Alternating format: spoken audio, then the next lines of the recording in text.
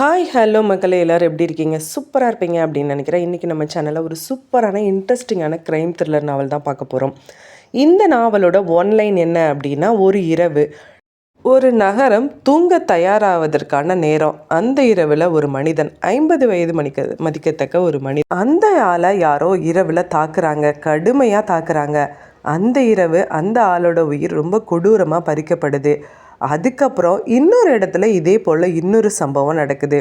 போலீஸோட விசாரணை ஆரம்பிக்கப்படுது. இந்த கொலையை பண்ணவன் ஓடுறான். எதுக்கு ஓடுறான் அப்படின்னா, அடுத்த ஆளை தேடி ஓடுறானா இல்லை அவன் பயத்தில் ஓடுறானா? இதுதான் இந்த நாவலோட ஒன்லைன். அதுக்கு முன்னாடி என்னோட சேனலை நிறைய பேர் சப்ஸ்கிரைப் பண்ணாமலே பார்த்துக்கிட்டே இருக்கீங்க. தயவு செஞ்சு அந்த மாதிரி வியூவர்ஸ் எல்லாம் என்னோட சேனலை சப்ஸ்கிரைப் பண்ணி எனக்கு சப்போர்ட் பண்ணுங்கள். இந்த சேனலில் போடுற எல்லா நாவலுமே என்னோட ஓன் கிரியேஷன் நாவல். உங்களுக்கு எந்த மாதிரி நாவல் போடணும்னு கமெண்ட்ஸில் சொல்லுங்கள். கண்டிப்பாக அந்த மாதிரி நாவலை நெக்ஸ்ட் டைம் நான் போட்டதுக்கு ட்ரை பண்ணுறேன். இப்போ அவங்க இந்த சூப்பரான இன்ட்ரெஸ்டிங்கான நாவலுக்குள்ளே போகலாம். இரவு 9:18. மார்க்கெட் ரோடு இன்னும் முழுசாக தூங்கலை. பழக்கடைகளோட ஷட்டர் இறக்கப்பட்டு இருந்தது. ஆட்டோ ஓட்டுநர்கள் கடைசி சவாரிக்காக கத்திட்டு இருந்தாங்க. டீ கடைக்கு முன்னாடி 2 பேர் சிகரெட் பிடிச்சிட்டு இருந்தாங்க. அது ஒரு இரவு, எல்லாம் தூங்க போகிறதுக்கு முன்னாடி இருந்த இரவு. அந்த இரவுக்குள்ளே ஒரு மனுஷன் மெதுவாக நடந்துட்டு வந்தான். வயசு 50 கிட்டே இருக்கும். வெள்ளை சட்டை, கருப்பு பேண்ட்டு, தோலில் ஒரு பேகு. அவன் இப்போ அந்த ரோடை கிராஸ் பண்ண முயற்சி பண்ணான். அடுத்த வினாடி யாரோ அவனை பின்னாடி இருந்து தள்ளுனாங்க. அவன் தடுமாறி திரும்பி பார்த்த நேரம் ஒரு கனமான அடி அவன் தோளில் விழுந்தது. ஏய் ஏய்! அவனுடைய க்ரௌட் இப்போது அந்த கத்தல் காற்றுல கலந்து போனது. 2வது அடி ஓங்கி தலையில். அவன் பேலன்ஸை இழந்து தரையில் விழுந்தான். அவனோட பேக்கோட ஸ்ட்ராப் இழுந்து உடஞ்சது. பேகு இப்போ சாலையோரம் சறுக்கி போனது. இப்போ அந்த அடிப்பட்ட ஆள் எழுந்து நிற்கிறதுக்கு முயற்சி பண்ணான். 3வது அடி, அவ்வளோதான், முடிஞ்சிச்சு. அவன் கையை உயர்த்தி தடுக்க முயற்சி பண்ணினான். நகங்கள்லாம் உடஞ்சி, கைகளில் சிராப்பு. இப்போ தூரத்துலேருந்து யாரோ பார்த்து கத்துனாங்க. யாரோ போட்டு அடிக்கிறாங்க. ஒரு செகண்ட் அமைதி. அதுக்கப்புறம் பதட்டம். அந்த மனுஷன் தரையில் புரண்டுட்டு இருந்தான். அடுத்த அடி மார்பில். இப்போ அவன் வாயிலிருந்து காற்று வெளியில் வந்துக்கிட்டு இருந்தது. கரகரப்பான சத்தம். அவனோட கண்கள் மேலே போனது. ஒரு கடைசி மூச்சு. அப்புறம் அவ்வளவுதான், அசைவில்லை. 2 நிமிஷத்துக்குள்ளே போலீஸ் வேன் வந்தது. ப்ளூ ரெட் லைட்ஸ் சாலையில் விழுந்தது. கான்ஸ்டபிள்ஸ் வந்தாங்க. ஆம்புலன்ஸ் வந்தது. டாக்டர் பல்ஸை செக் பண்ணி மெதுவாக தலையாட்டினார். இறந்தாச்சு. க்ரைம் டேப் கட்டப்பட்டது. ரத்தம் சாலையோரமாக வழிந்து போனது. ஒரு ஷூ காணாமல் போயிருந்தது. நகங்கள்லாம் உடைஞ்சு போயிருந்தது. ஒரு வளைந்த இரும்பு கம்பி பக்கத்தில் கடைஞ்சது. அவரோட பர்ஸில் பணம் இருந்தது, அது தொடப்படலை. ஃபோன் இருந்தது. இன்ஸ்பெக்டர் அர்ஜுன் வந்தப்போ முதல்ல அவன் பார்த்தது உடலே இல்லை, இப்போ சுற்றி இருந்த இடத்த. அது மட்டும் இல்லாமல் பக்கத்தில் இருந்த 1-2 பேரை விசாரிக்க ஆரம்பித்தான். யாராவது பார்த்தீங்களா? யாராவது வீடியோ எடுத்தீங்களா? இப்போது டீ கடைக்கு ஓரத்தில் சிகரெட் பிடிச்சிட்டு இருந்த மனுஷங்களில் ஒருத்தன் பேசினான். சார், தூரத்தில் நின்று பார்த்தோம் சார். ஒரே ஒரு நிமிஷம்தான், எங்களுக்கு ஒன்றுமே புரியலை முதல்ல. அர்ஜுன் இப்போ உடம்புக்கு பக்கத்தில் குனிஞ்சான். ஸ்ட்ரகிள் கிளியராக இருந்தது. Messi attack. இப்போ மக்களும் பார்த்துருக்காங்க. அவன் நிமிர்ந்து நின்னான். இப்போ அவனோட நோட்பேடை ஓப்பன் பண்ணான். Unknown male, public road assault, phone plus bag miss ஆகலை. அவன் சாலையில் இருண்ட முனையை பார்த்தான். இது ஒரு திருட்டு போல தெரியல. இது ஒரு விபத்தும் கிடையாது. ஏன் இந்த ஆளை தேர்வு பண்ணியிருக்கான்? பர்சனலான ஏதாவது வெஞ்சன்ஸாக இருக்குமோ? அப்படி இருந்தால் ஏன் இவ்வளவு கோபம்? அர்ஜுனுக்கு இப்போ அது தெரியல. ஆனால் அவனோட மனசுக்குள்ளே ஒரு விஷயம் மட்டும் தெளிவாக இருந்தது. இந்த கொலை ஒரு தனி சம்பவம் தான்.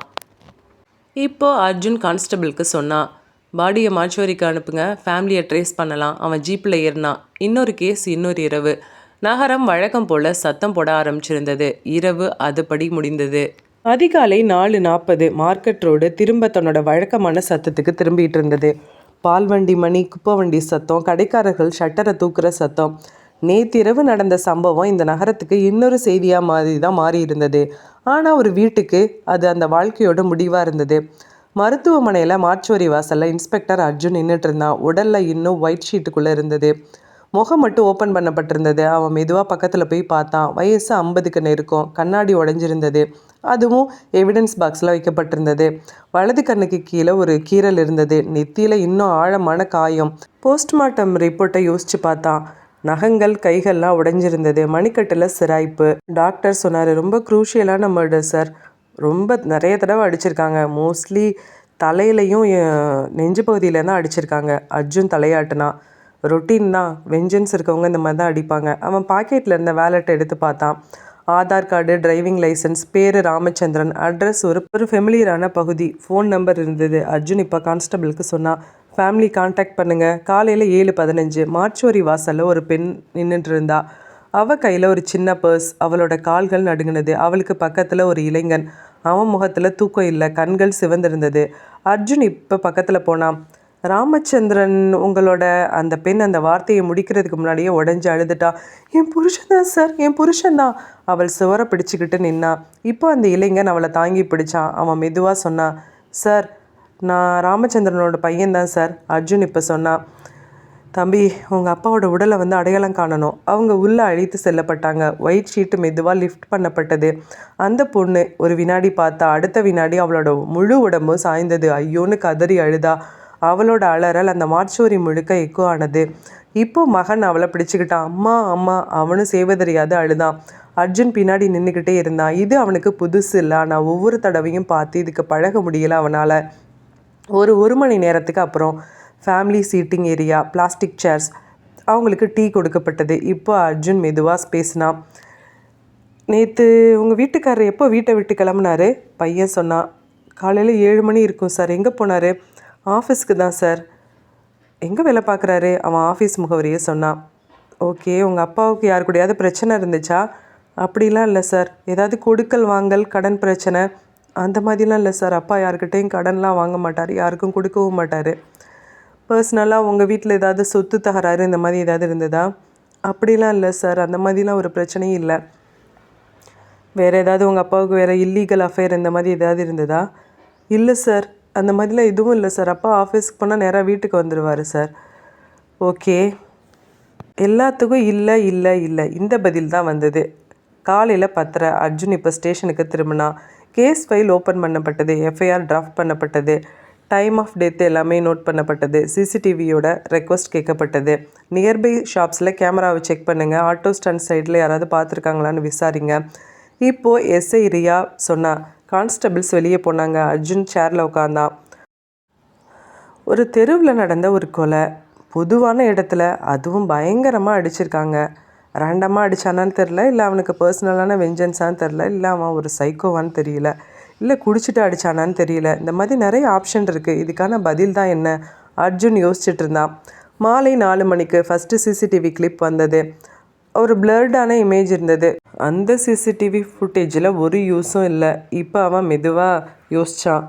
இந்த கேஸ் ரொட்டீனாக தான் நகருது, ஆனால் ஒரு எவிடன்ஸும் இல்லை. அவன் மனசில் எந்த ஒரு பெரிய தியரியும் இல்லை. இது ஒரு மர்டர், அவ்வளோதான். நாளைக்கு நியூஸ் பேப்பரில் இது ஒரு சின்ன குட்டி காலமாக வரும். ஸ்டேஷன்லேருந்து அர்ஜுன் வெளியில் வந்தப்போ சன்லைட் ரோடு மேலே விழுதுட்டு இருந்தது. சிட்டி டிராஃபிக் வழக்கம் போல் இருந்தது. மக்கள் நடந்துட்டு இருந்தாங்க. கடைகள்லாம் ஓப்பன் பண்ணப்பட்டிருந்தது. வாழ்க்கை நகர்ந்துட்டு இருந்தது. அர்ஜுன் இப்போ ஜீப்பில் ஏறினான். டிரைவர் ஸ்டார்ட் பண்ணான். அவன் விண்டோ வழியாக வெளியில் பார்த்தான். நேற்று இரவு விழுந்த ரத்தம் இப்போ சாலையில் இல்லை. அது கழுவப்பட்டது. ஆனால் ஒரு குடும்பத்துக்குள்ளே இன்னும் அது காயமாக இருக்குது. அடுத்த நாள் காலை 8:20 ஸ்டேஷன் காம்பவுண்டுக்குள்ளே வண்டிகள் வரிசையாக நின்றுட்டு இருந்தது. கான்ஸ்டபிள்ஸ் டியூட்டியை மாற்றிட்டு இருந்தாங்க. ரிசப்ஷனில் 2 பேர் கம்ப்ளைண்ட்ஸ் எழுதிட்டு இருந்தாங்க. அர்ஜுன் உள்ளே நடந்தான். அவன் முகத்தில் அவசரம் இல்லை, ஆனால் அவனோட கண்களில் தூக்கமும் இல்லை. கான்ஃபரன்ஸ் ரூமில் சரியாக லேப்டாப் ஓப்பன் பண்ணிக்கிட்டு ரியா வெயிட் பண்ணிக்கிட்டு இருந்தா. சார், சிசிடிவி ஃபுட்டேஜ்லாம் ரெடியாக இருக்குது சார். அர்ஜுன் உட்காரல, நின்ன நிலையிலேயே ஸ்க்ரீனை பார்த்தான். Market road, auto stand, tea கடை, மொபைல் கடை, ஒவ்வொரு கேமராவும் ப்ளே ஆனது. வண்டிகள், ஹெட்லைட்டோட கிளாரு, ஒரு ஃப்ரேமில் கூட தெளிவான முகமே இல்லை. அர்ஜுன் மெதுவாக மூச்சு விட்டான். இதானா இப்போதைக்கு ரியாலிட்டி. ஒரு பொதுவான இடத்துல நடந்த கொலையில் க்ளீனான ஃபுட்டேஜ் கிடைக்காது. டைமை நேரோ பண்ணு ரியா, அவன் சொன்னான். ரியா டைமை ரெடியூஸ் பண்ணான். இன்னும் அதே மாதிரி அந்த இடத்துல ஒரு நிழல், வேகமான அசைவு, அவ்வளவுதான். இப்போ அர்ஜுன் அந்த ஃபுட்டேஜை பார்த்தான். எதுவும் பேசலை. அவன் மனசுக்குள்ளே சொன்னான், இது பயன்படுத்துகிற மாதிரி ஒரு யூஸும் இல்லை. அடுத்தது ஃபீல்டு என்கொயரி ரிப்போர்ட் வந்தது. ஆட்டோ டிரைவர்கள் சொன்னது, சார் ஒரே ஒரு செகண்ட் தான் சார் பார்த்தோம்.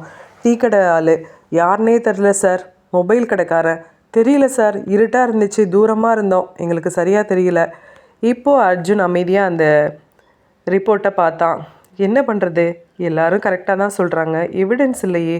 அதுக்கப்புறம் போஸ்ட்மார்ட்டம் ரிப்போர்ட்டு திரும்ப வந்தது. தலையில் பலத்த அடி, மார்பிள காயம், கைகளில் டிஃபென்சிவ் மார்க், ஆல்கஹால் இல்லை. இறந்த நேரம் சுமார் இரவு 9:20. அர்ஜுன் இப்போ ஃபைலை க்ளோஸ் பண்ணான். இது ஒரு ரொட்டீன் தான். மதியம் 1:30 விக்டிம் வீட்டுக்கு போனான்.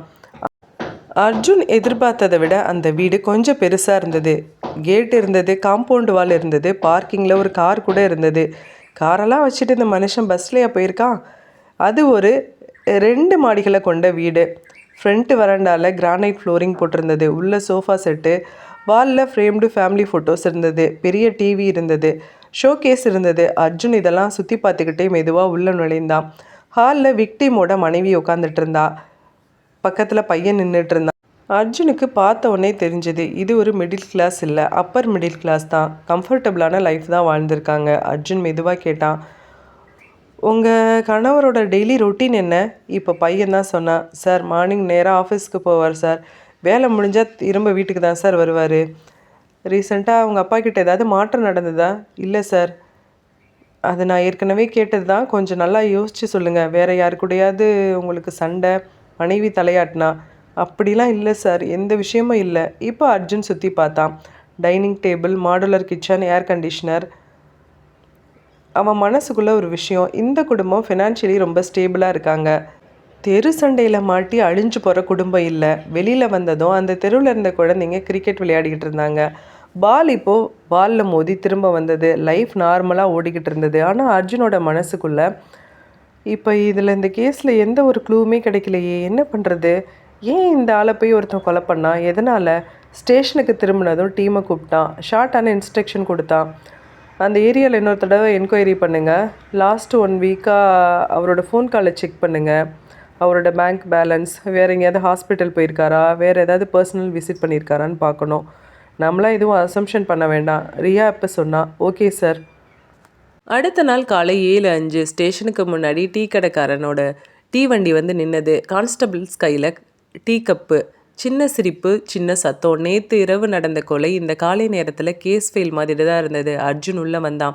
அவன் முகத்தில் எந்த பதட்டமும் இல்லை. முதல் தகவல் லோக்கல் ஷோர்ஸ்லேருந்து வந்திருந்தது. சார், அந்த ரோட் சைடில் ஒரு ரவுடி ஒருத்தர் இருக்கான் சார். அர்ஜுன் கேட்டான். ரவுடினா எப்படி? சும்மா குடிக்கிறது, கத்துறது, சின்ன சின்ன சண்டை. அந்த ஏரியாவில் அவன் பேர் நிறைய கேஸில் இருக்குது சார். அர்ஜுன் உடனே எதுக்கும் ஜம்ப் பண்ணலை. அவன் கேட்டது, அந்த நேரத்தில் அவன் அங்கே இருந்தானா? அப்படி டைரெக்டாக யாரும் சொல்லலை சார், ஆனால் யாரோ அவனை அந்த பக்கம் பார்த்ததா சொல்கிறாங்க. அந்த சமயத்தில் யாரோ பார்த்தாங்களா? போலீஸ்க்கு இந்த மாதிரி வார்த்தை ஃபெமிலியரான லைனு. அர்ஜுன் இப்போ சொன்னான். அட்ரஸ்ஸு காலை 9:30க்கு அந்த வீட்டுக்குள்ளே நுழைஞ்சாங்க. அது ஒரு சின்ன வீடு, பழைய சுவர்கள் இருந்தது. அதுதான் அந்த ரவுடியோட வீடு. டோர் ஓப்பன் பண்ணப்பட்டது. உள்ள ஒரு கசங்கிய சோஃபா, ஃப்ளோரில் எம்டி பாட்டில்ஸ், டிவி சத்தமாக ஓடிக்கிட்டு இருந்தது. இப்போ அந்த ரவுடி கார்னரில் உட்காந்துட்டு இருந்தான். வயசு 35 இருக்கும். கண்களில் தூக்கம் இல்லை, ஆனால் குரலில் ரகடு இருந்தது. என்ன சார்? அவன் கொஞ்சம் ஓவர் கான்ஃபிடென்ஸோடு கேட்டான். அர்ஜுன் இப்போ எதுவும் சொல்லலை. நேற்று நைட்டு எங்கே இருந்த நீ? இங்கே தான் சார், ஃப்ரெண்ட்ஸ் வந்திருந்தாங்க, குடிச்சிட்டு இருந்தேன். 9 மணிக்கு எங்கே இருந்த? அப்போ தான் சார் ஸ்டார்ட்டே பண்ணேன். யாரெலாம் இருந்தீங்க? பேரை சொன்னான். அர்ஜுன் இப்போ அவன் முகத்தை பார்த்தான். அவன் முகத்தில் பயம் இல்லை, கன்ஃபியூஷன் இல்லை, ஜஸ்ட்டு ஆட்டிடியூட் காமிச்சான். ஸ்டேஷனுக்கு அழைச்சிட்டு வந்தாங்க. ஃபார்மலான என்கொயரி. விட்னஸோட நேம்ஸ் எல்லாம் செக் பண்ணாங்க. ஃப்ரெண்ட்ஸ் எல்லாம் சொன்னாங்க, சார் 9 மணிக்கு எல்லாம் சேர்ந்து குடிச்சிட்டு தான் சார் இருந்தோம். டைம் கரெக்டாக இருந்தது. ஆனால் இந்த டைம், அட்டாக் பண்ண டைம் 9:18. அந்த டைம் இவன் குடிச்சிட்டு தான் இருந்திருக்கான். குடிச்சிட்டு இருந்தாலும் இந்த அளவுக்கு அவன் ஃபாஸ்ட்டாக மூவ் பண்ணுறதுக்கு பாசிபிள் இல்லை. அர்ஜுன் ஒவ்வொரு வார்த்தையும் யோசித்து பார்த்தான். அவனோட மனசுக்குள்ளே ஒரு லைன் கிராஸ் ஆகி போச்சு. கண்டிப்பாக இவன் இல்லை. அடுத்த லீடு ஒரு ஆட்டோ டிரைவர் சொன்னார். சார், முதல்ல பார்த்தப்போ அந்த 2 பேரும் சண்டை போட்ட மாதிரி தான் சார் தெரிஞ்சுது. அர்ஜுன் கேட்டான். சண்டை போட்ட மாதிரியா?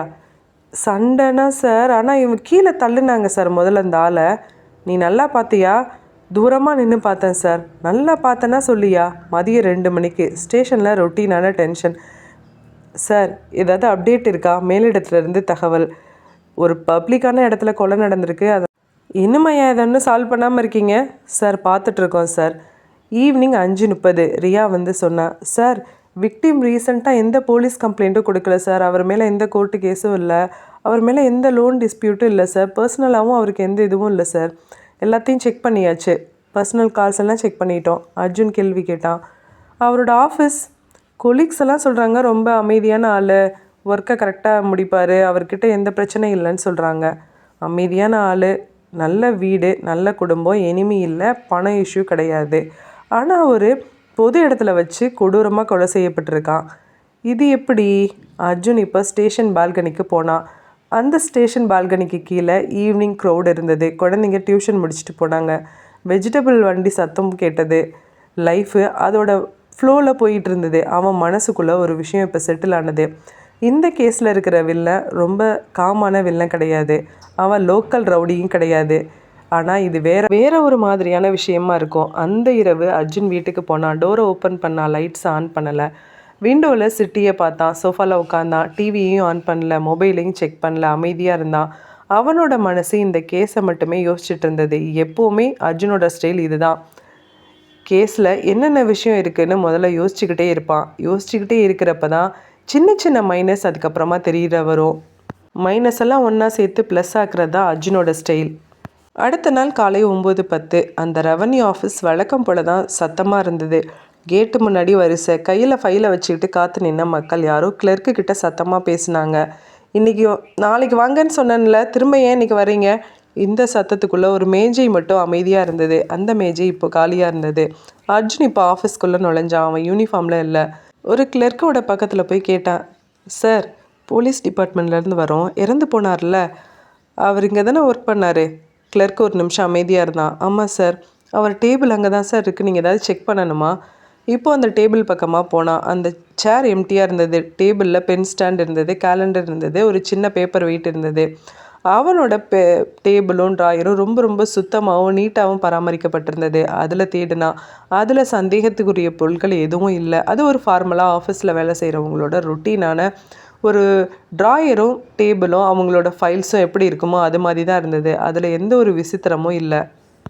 ஆஃபீஸில் இருக்க எல்லார்கிட்டையும் தனித்தனியாக விசாரித்தான். யாரும் அவரை பற்றி எந்த ஒரு சின்ன கம்ப்ளைண்ட்டும் சொல்லலை. அதுவே இந்த கேஸுக்கு இன்னும் மிகப்பெரிய சிக்கலாக இருந்தது. என்கொயரி முடிஞ்சு ஜீப்பில் அர்ஜுன் உட்காந்ததும் அவன் எதுவும் யோசிக்கலை. இப்போது டிரைவர் என்ஜினை ஸ்டார்ட் பண்ணான். அர்ஜுன் விண்டோ வழியாக பார்த்தான். ஆஃபீஸ் காம்பவுண்டை பார்த்தான். இந்த இடம் அந்த மனுஷனுக்கு 2வது வீடு மாதிரி இருந்திருக்கணும்.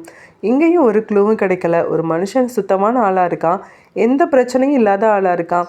அப்படி என்ன தான் இவனை கொல்லணும் அப்படின்னு கொலையாளிக்கு மோட்டிவ் இருந்தது. அர்ஜுனால் ஒன்றுமே கண்டுபிடிக்க முடியல. ஜீப் இப்போ டிராஃபிக்கில் கலந்து போச்சு. ஆஃபீஸ் கேட் பின்னாடி போயிடுச்சு. கேஸ் மெதுவாக ஆழம் எடுத்துகிட்டு இருந்தது. காலை 7:40. நகரம் முழுசாக விழிச்சிருந்தது. பால் வண்டி போயிடுச்சு. பேப்பர் பையன் சைக்கிளில் போயிட்டு இருந்தான். கேட்டு திறக்கிற சத்தம், அடுப்பில் இருந்து வர்ற காலை சமையல் வாசனை. அது ஒரு புறநகர் ரெசிடென்ஷியல் ஏரியா. அது இருட்டான இடம் இல்லை. ஸ்ட்ரீட் லைட்டெல்லாம் ஆஃப் பண்ணப்பட்டிருந்தது. சூரிய வெளிச்சம் நல்லா இருந்தது. ஒரு மனுஷன் தன்னோட வீட்டுக்கு வெளியில் 2 வீலரை எடுத்தான். வயசு சுமார் 40 இருக்கும். Light colour shirt, dark pant, காலில் ஃபார்மல் ஷூஸு, ஹெல்மெட் போட்டுக்கிட்டான். கேட்டை லாக் பண்ணான். அவன் ஆஃபீஸ்க்கு போக இன்னும் நேரம் இருக்குது. பக்கத்தில் ஒரு டீ கடைக்கு போய் டீ குடிச்சிட்டு அதுக்கப்புறமா அவன் ஆஃபீஸ் போவான். இது அவனோட தினசரி ரொட்டீன்.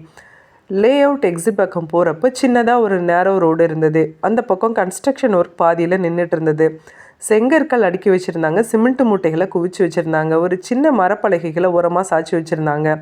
காலை வெளிச்சம் இருந்தாலும் அந்த கார்னர் கொஞ்சம் ஆக்வர்டாக தான் இருந்தது. இப்போ அவன் ஸ்பீடை கொஞ்சம் குறைச்சான். அந்த நிமிஷம் திடீர்னு பைக்கை பின்னாடி இருந்து யாரோ தள்ளுற மாதிரி இருந்தது. இப்போது பேலன்ஸ் இழந்து பைக்கு சைடுக்கு சாஞ்சது. அவன் பிரேக்கை பிடிக்க முயற்சி பண்ணான். லேட் ஆகிடுச்சு. பைக்கு தரையில் விழுந்தது. ஏய், யார் அது? அவன் முயற்சி பண்ணுறதுக்குள்ளேயே ஒரு கனமான அடி அவனோட மேல் முதுகில் விழுந்தது. ஹெல்மெட் இருந்தது. அதில் தலைக்கு எதுவும் ஆகலை. அவன் திரும்ப முயற்சி பண்ணான். இன்னொரு அடி. இந்த தடவை கழுத்து பக்கம்.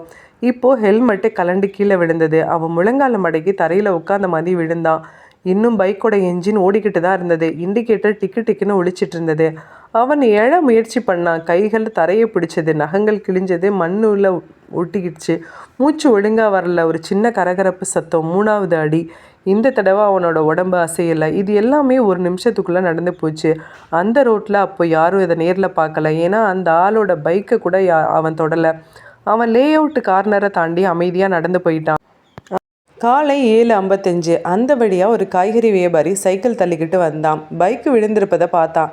முதல்ல தவறி விழுந்துட்டாருன்னு நினச்சான். பக்கத்தில் போய் பார்த்ததும் உடல் அசையாமல் கிடந்ததை கவனித்தான். குப்புறை இருந்தது. அண்ணா, ரெஸ்பான்ஸ் இல்லை. இப்போ அவன் பக்கத்தில் இருக்கவங்கள கூப்பிட்டான். அடுத்து எல்லாருமே வந்தாங்க. மொபைல் எடுக்கப்பட்டது. போலீஸ் வந்தப்போ காலை முழு வெளிச்சம். க்ரைம் சீனில் எதுவும் மறைஞ்சிருக்கலை. அந்த பெரிய பைக்கில் பெரிய டேமேஜ் எதுவும் இல்லை. ஹெல்மெட் பக்கத்தில் கிடந்தது. கன்ஸ்ட்ரக்ஷன் சைடில் ஒரு உடைந்த மரப்பலகை. இன்ஸ்பெக்டர் அர்ஜுன் சில நிமிஷத்துக்கு அப்புறமா வந்தான். அவன் முதல்ல கவனித்தது இடம். அது ஒரு ரெசிடென்ஷியல் ஏரியா. காலை டைம் விசிபிலிட்டி கிளியராக இருந்தது. அவன் பாடிக்கு பக்கத்தில் குனிஞ்சான். தலையில் காயம் இல்லை. கழுத்து அப்பர் பேக்கில் தாக்குதல் நடந்திருக்கு. கைகளில் ஸ்ட்ரகிள் மார்க் இருந்தது. இப்போது அவனோட வேலட் அப்படியே தான் இருந்தது. பணம் அதிலிருந்து எடுக்கப்படலை. ஃபோன் ஷர்ட் பாக்கெட்டில் தான் இருந்தது. ஐடி கார்டு இருந்தது. அடையாளம் கண்டுபிடிக்க எந்த சிரமமும் இல்லை. அர்ஜுன் சுற்றி பார்த்தான். அந்த பக்கம் ஆக்சிடெண்ட்டுக்கு ஏற்ற டேமேஜான பகுதி எதுவும் இல்லை. இப்போ அவன் எதுவும் பேசலை. ஆனால் அவன் மனசுக்குள்ளே ஒரு விஷயம் இப்போ செட்டில் ஆனது. இது விபத்து கிடையாது. இது ரோடில் நடந்த தாக்குதலும் கிடையாது. இது ஒரு ரிவெஞ்ச். பாடி இப்போ மார்ச்சுவரிக்கு அனுப்பப்பட்டது. ஃபேமிலிக்கு தகவல் போனது. ஏரியா என்கொயரி ஆல்ரெடி ஸ்டார்ட் பண்ணியிருந்தாங்க போலீஸ் ஸ்டேஷனில். நியர்பை வீடுகளில் பேசினாங்க. ரொட்டீன் ப்ராசஸ் தான். அர்ஜுன் ஜீப்புக்கு ஏறினா. மார்னிங் டிராஃபிக் அதிகமாக ஆரம்பிச்சிருந்தது. ஸ்கூல் குழந்தைங்க, ஆஃபீஸ் போகிறவங்க, அது ஒரு சாதாரண காலை நேரம். பைக்கர்ஸ் சைட் ஸ்டாண்டில் இன்னும் சாய்ந்து நின்னது. அது ஒரு சாதாரண மனுஷன், ஒரு சாதாரண நாள். ஆனால் அந்த முடிவு மட்டும் அவனுக்கு சாதாரணமாக இல்லை. இப்போது நகரத்தில் 2 கொலைகள், ரெண்டுமே ஒரு பொதுவான இடத்துல. ரெண்டுலேயுமே திருட்டு கிடையாது. ரெண்டுமே மெஸ்ஸி அட்டாக். இன்னும் எந்த லிங்க்கும் இல்லை. இன்னும் எந்த ஒரு முடிவும் இல்லை. அதனால தான் இந்த கேஸ் இன்னும் மெதுவான ஆபத்தாக மாறிக்கிட்டு இருந்தது. காலை 9:20 மருத்துவமனை வளாகம் எப்பவும் போல பரபரப்பாக இருந்தது. வெளியில் மக்களோட வரிசை, பெயர்கள் கூப்பிடுற சத்தம், சாப்பாடு பாக்கெட்டோட நினைவர்கள். ஆனால் உடல் வைக்கப்பட்ட பகுதி மட்டும் அமைதியாக இருந்தது. அர்ஜுன் அங்கே தான் நின்றுட்டு இருந்தான். வெள்ளை துணி போடப்பட்டிருந்த 2வது உடல். முதல் கொலையில் பார்த்த மனுஷன் மாதிரி இல்லை. இந்த மனுஷனோட உடம்பு இன்னும் திடமாக இருந்தான். கைகள் வலுவாக இருந்தது. விரல்களும் இன்னும் கொஞ்சம் வலுவாக இருந்தது. ஆனாலும் எப்போதும் வெளியில் வேலை செய்கிறவன் மாதிரி இல்லை. டாக்டர் மெதுவாக சொன்னார். கழுத்து பக்கமும் மேல் முதுகு பகுதியிலையும் பலத்த அடிகள் இருக்கு. அர்ஜுன் தலையாட்டினான். அவன் சட்டை பாக்கெட்டில் இருந்த அடையாள அட்டையை எடுத்து பார்த்தான். பெயர் சதீஷ், வயசு 42, மாநகராட்சி பொறியியல் பிரிவு மேற்பார்வையாளர். அர்ஜுன் ஒரு வினாடி அமைதியாக நின்னான். முதல் மனிதன் அலுவலகத்தில் அமைதியாக வேலை பண்ணவன். இவனும் பெரும்பாலும் அலுவலகத்தில் தான் இருப்பவன். வெளியில் வேலை செய்கிறவன் இல்லை. ஆனால் தேவைப்பட்டால் மட்டும் சைட் விசிட் போகிற ஆள். 2 பேரும் வெவ்வேறு துறைகள், வெவ்வேறு வேலை. ஆனால் எந்த நேரடி தொடர்பும் இல்லை. காலை 10:45. உடல் வைக்கப்பட்ட அறைக்கு வெளியில் ஒரு பெண் நின்றுட்டு இருந்தா. அவள் முகத்தில் அழுகை இல்லை. ஆனால் அதிர்ச்சி மட்டும் இருந்தது. அவளோட பக்கத்தில் 2 பிள்ளைகள் இருந்தாங்க. ஒரு பையன், ஒரு பொண்ணு. அர்ஜுன் மெதுவாக கேட்டான், நீங்கள் சதீஷோட ஒய்ஃப் தானே? அவள் சின்ன குரலில் சொன்னான். ஆமாம். அந்த வார்த்தை அவளுக்கு புதுசாக இருந்த மாதிரி இல்லை. உடலை அடையாளம் காண்பிக்கும் நேரம். வெள்ளை துணி மெதுவாக எடுக்கப்பட்டது. பையன் இப்போ அப்பாவை பார்த்தது. ஒரு அடி பின்னாடி போனான். அம்மா, அப்பா. பொண்ணு அம்மாவோட கையை இறுக்கமாக பிடிச்சிட்டு இருந்தா. அந்த பெண் ஒரு நிமிஷம் பார்த்து கண்களை மூடினா. ஆமாம், இது என் வீட்டுக்காரரு தான். அவ்வளவு தான். அழுகை இல்லை, அலறல் இல்லை. அந்த பொண்ணுக்கிட்ட அமைதி தான் அதிகமாக இருந்தது. காத்திருப்பு இடம், பிளாஸ்டிக் நாற்காலிகள், தேநீர் காகித குவளைகள். அர்ஜுன் உட்காரில் ஓரமாக நின்றுட்டு இருந்தான். வழக்கமான கேள்விகள் தான். உங்கள் வீட்டுக்காரரு காலைல எப்போம்மா வீட்டை விட்டு கிளம்புனாரு? எப்பவும் போல தான் சார். ஒரு 7 மணி 7:10 இருக்கும். அந்த நாள் சைட்டு விசிட் போகிறேன்னு சொன்னாரா இல்லை ஆஃபீஸ் போகிறேன்னு சொன்னாரா? இல்லை சார், ஆஃபீஸ் தான் போகிறேன்னு சொன்னார். வேறு யாராவது மீட் பண்ண போகிறேன்னு சொன்னாரா? அப்படிலாம் எதுவும் சொல்லலை சார். பதில்கள் எல்லாம் நேரடியாக இருந்தது. உங்கள் வீட்டுக்காருக்கு வேலையில் யாரு கூடயாவது பிரச்சனை இருக்கா? அந்த பெண் சின்னதாக யோசித்து சொன்னா. இல்லை சார், அந்த மாதிரிலாம் ஒரு பிரச்சனையும் இல்லை. அவர் கரெக்டாக வேலை பார்ப்பார் சார். அவங்க மேலதிகாரிகள் சொல்கிற வேலையை கரெக்டாக பார்த்துருவார். வேறு யாருக்கிட்டையாவது முன்விரோதம், சொத்து பகை, குடும்ப பிரச்சனை அந்த மாதிரிலாம் எதுவும் சரி கிடையாது சார். கடன் பிரச்சனை, யாராவது அழுத்தம் கொடுத்தாங்களா? அதெல்லாம் இல்லை சார். அந்த மாதிரி எதுவும் கிடையாது சார். மதியம் 1:10 அர்ஜுன் அவங்களோட வீட்டுக்கு போனான். அது ஒரு ஒழுங்கான குடியிருப்பு பகுதி. சாலைகள் சுத்தமாக இருந்தது. வீடுகளை பராமரிச்சிருந்தாங்க. அது ஒரு மாடி வீடு, வசதியான வீடு. வெளியில் ஒரு இருசக்கர வண்டி இருந்தது. உள்ள சோஃபா, சாப்பாட்டு மேஜை, சுவரில் குடும்ப படங்கள். நிலையான வாழ்க்கை தான் இருந்தாலும் வாழ்ந்திருக்காரு. ஒரு அறையில் ஆஃபீஸ் கோப்புகள் அடுக்கி வச்சுட்டு இருந்தது. அது ஒரு பழைய ஹேண்ட்பேக்கு. மேஜை மேலே கேலண்டர் இருந்தது.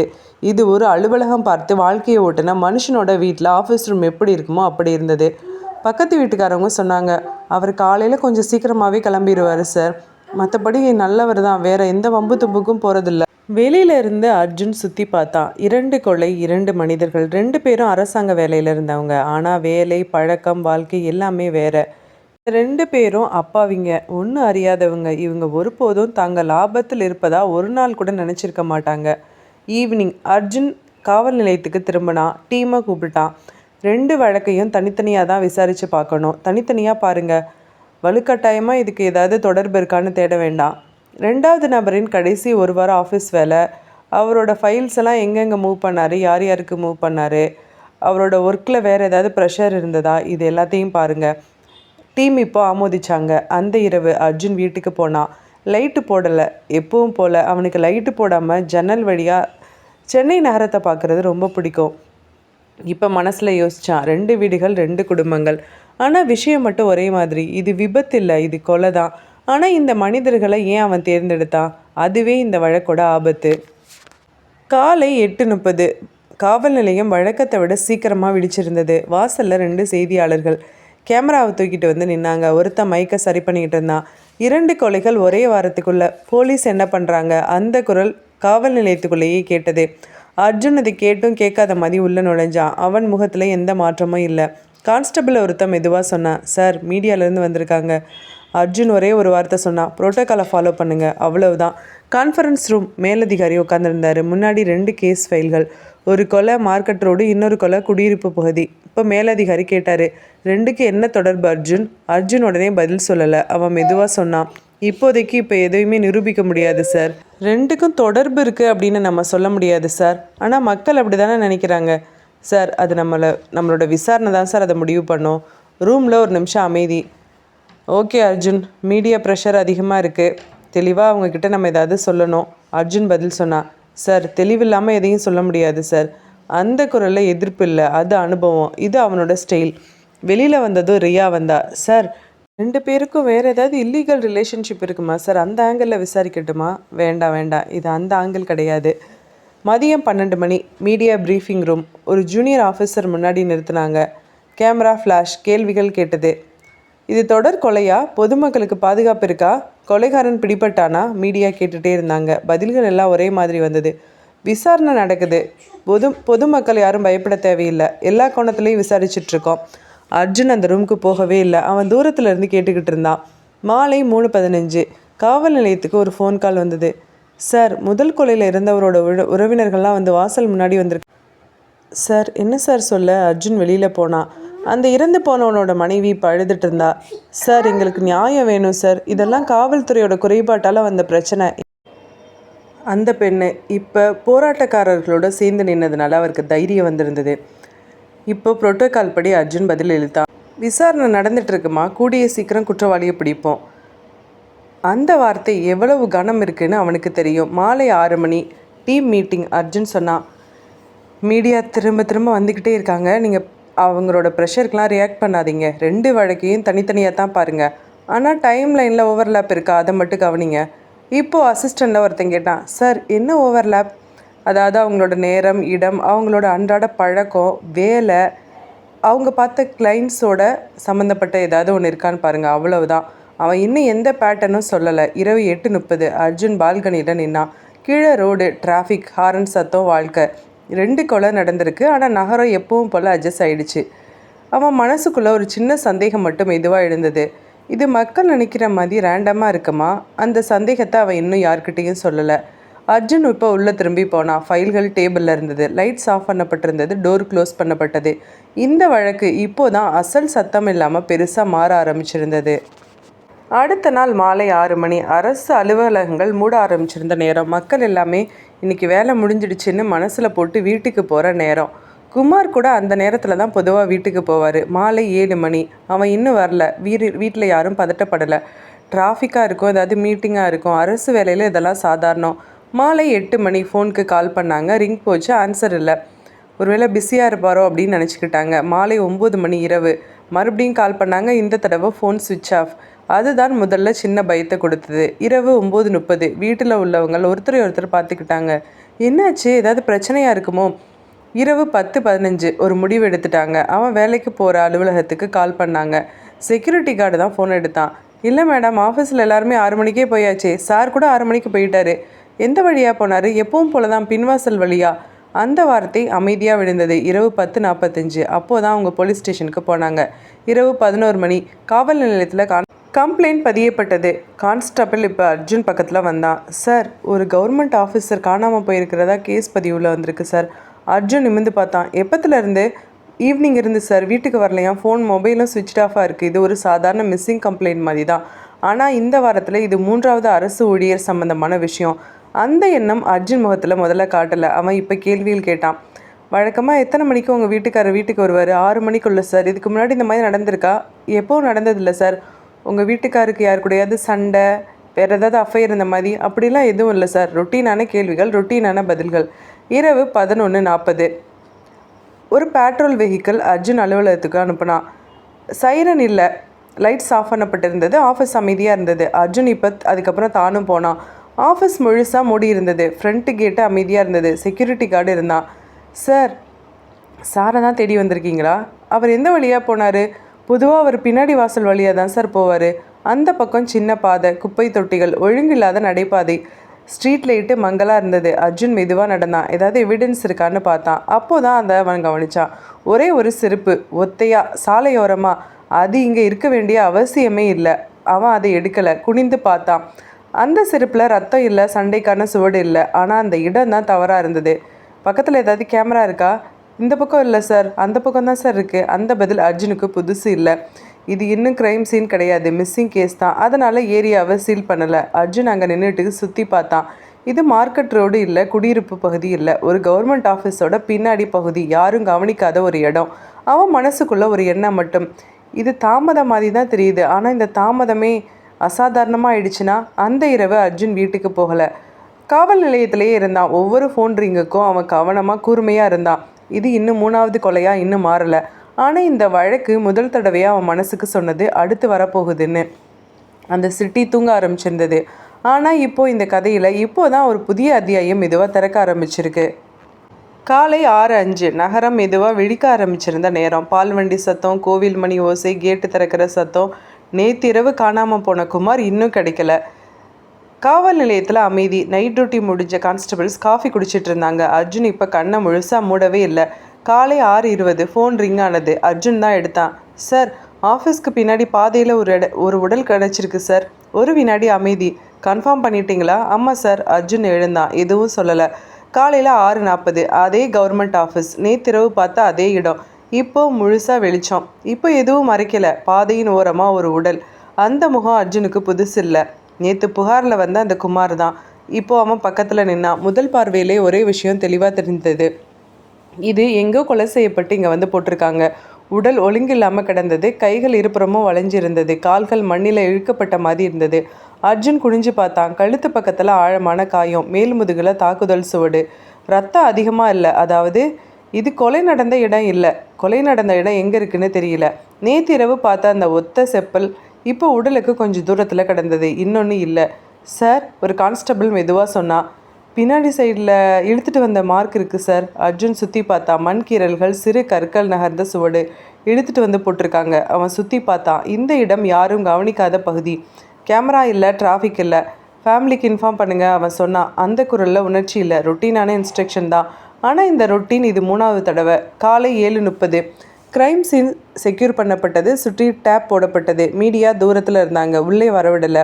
அர்ஜுன் அந்த இடத்த விட்டு நகரல. அவன் மனசுக்குள்ளே இப்போ ஒரு விஷயம் மட்டும் மெதுவாக செட்டில் ஆனது. இது கோயின்சிடென்ஸ் இல்லை. 3 பேர், 3 அரசாங்க வேலைகள், 3 இடங்கள், 3 விதங்கள். ஆனால் முடிவு மட்டும் ஒரே மாதிரி.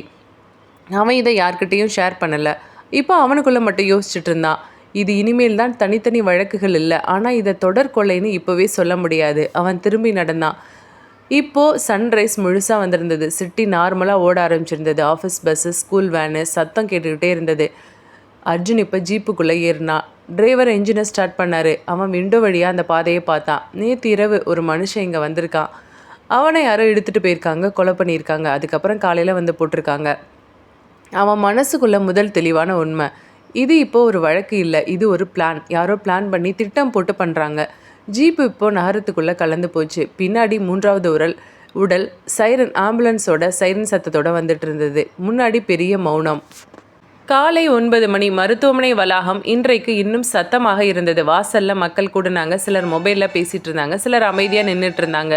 உடல் வைக்கப்பட்ட பகுதி மட்டும் முன்னாடி மாதிரியே அமைதியாக இருந்தது. அர்ஜுன் உள்ளே நுழைந்தான். 3வது உடல். இப்போது அவனுக்கு இந்த காட்சி புதுசு இல்லை. ஆனால் மனசு பழகவும் இல்லை. டாக்டர் சொன்னார், கழுத்தில் கம்ப்ரெஷன் இருக்குது சார். அப்புறமா பிளட், ரொம்ப பயங்கரமான இன்ஜுரி இருக்குது சார். நல்ல அடி. அர்ஜுன் தலையாட்டினா. உடல் நேற்றிரவு பாதையில் இழுத்து கொண்டு வரப்பட்டது அப்படின்னு அவன் ஏற்கனவே தெரிஞ்சுக்கிட்டான். அடையாள அட்டை உடல் பக்கத்தில் தான் இருந்தது. பெயர் குமார், வயசு 48, வேலை அரசு சட்டப்பிரிவு அலுவலக உதவியாளர். அர்ஜுன் அந்த அட்டையை ஒரு நிமிஷம் பார்த்தான். டெஸ்க்கு ஜாப் தானே, ஃபைல்ஸு, நோட்ஸு, எந்த வெளி வேலைக்கும் அவருக்கு சம்மந்தமே இல்லை. காலையில் 10:15 உடலை அடையாளம் காண குடும்பம் வந்தது. மனைவி அவளோட கண்கள் முழுசா அழுது அழுது சிவந்திருந்தது. அவள் ராத்திரி முழுசா அழுதுருக்கணும்.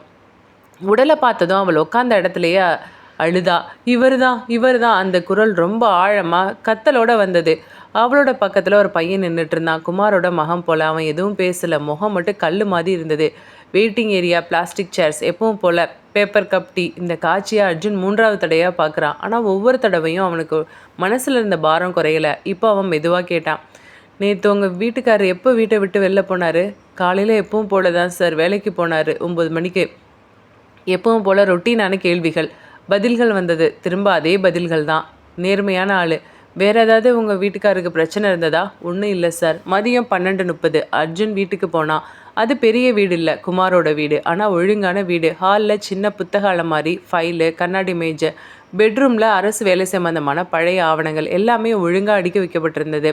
பக்கத்து வீட்டுக்காரவங்க அதே தான் சொன்னாங்க. ரொம்ப நல்லவர் சார், கரெக்டானவர் சார், பக்கத்தில் கூட தேவையில்லாமல் பேச மாட்டார். அந்த வார்த்தைகள் முதல்ல 2 வழக்குகளோட திரும்ப ஒத்துப்போனது.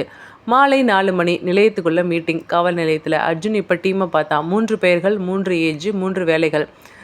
ஒருத்தர் சர்வேயர் டிபார்ட்மெண்ட்டு, இன்னொருத்தர் கவர்மெண்ட்டில் இன்ஜினியரிங் டிபார்ட்மெண்ட்டு, இன்னொருத்தர் லீகல் டிபார்ட்மெண்ட்டு. 3மே கவர்மெண்ட் வேலை. அவன் மெதுவாக சொன்னான், இப்போ வரைக்கும் இது ஒரு காமன் பாயிண்ட்டு தான்.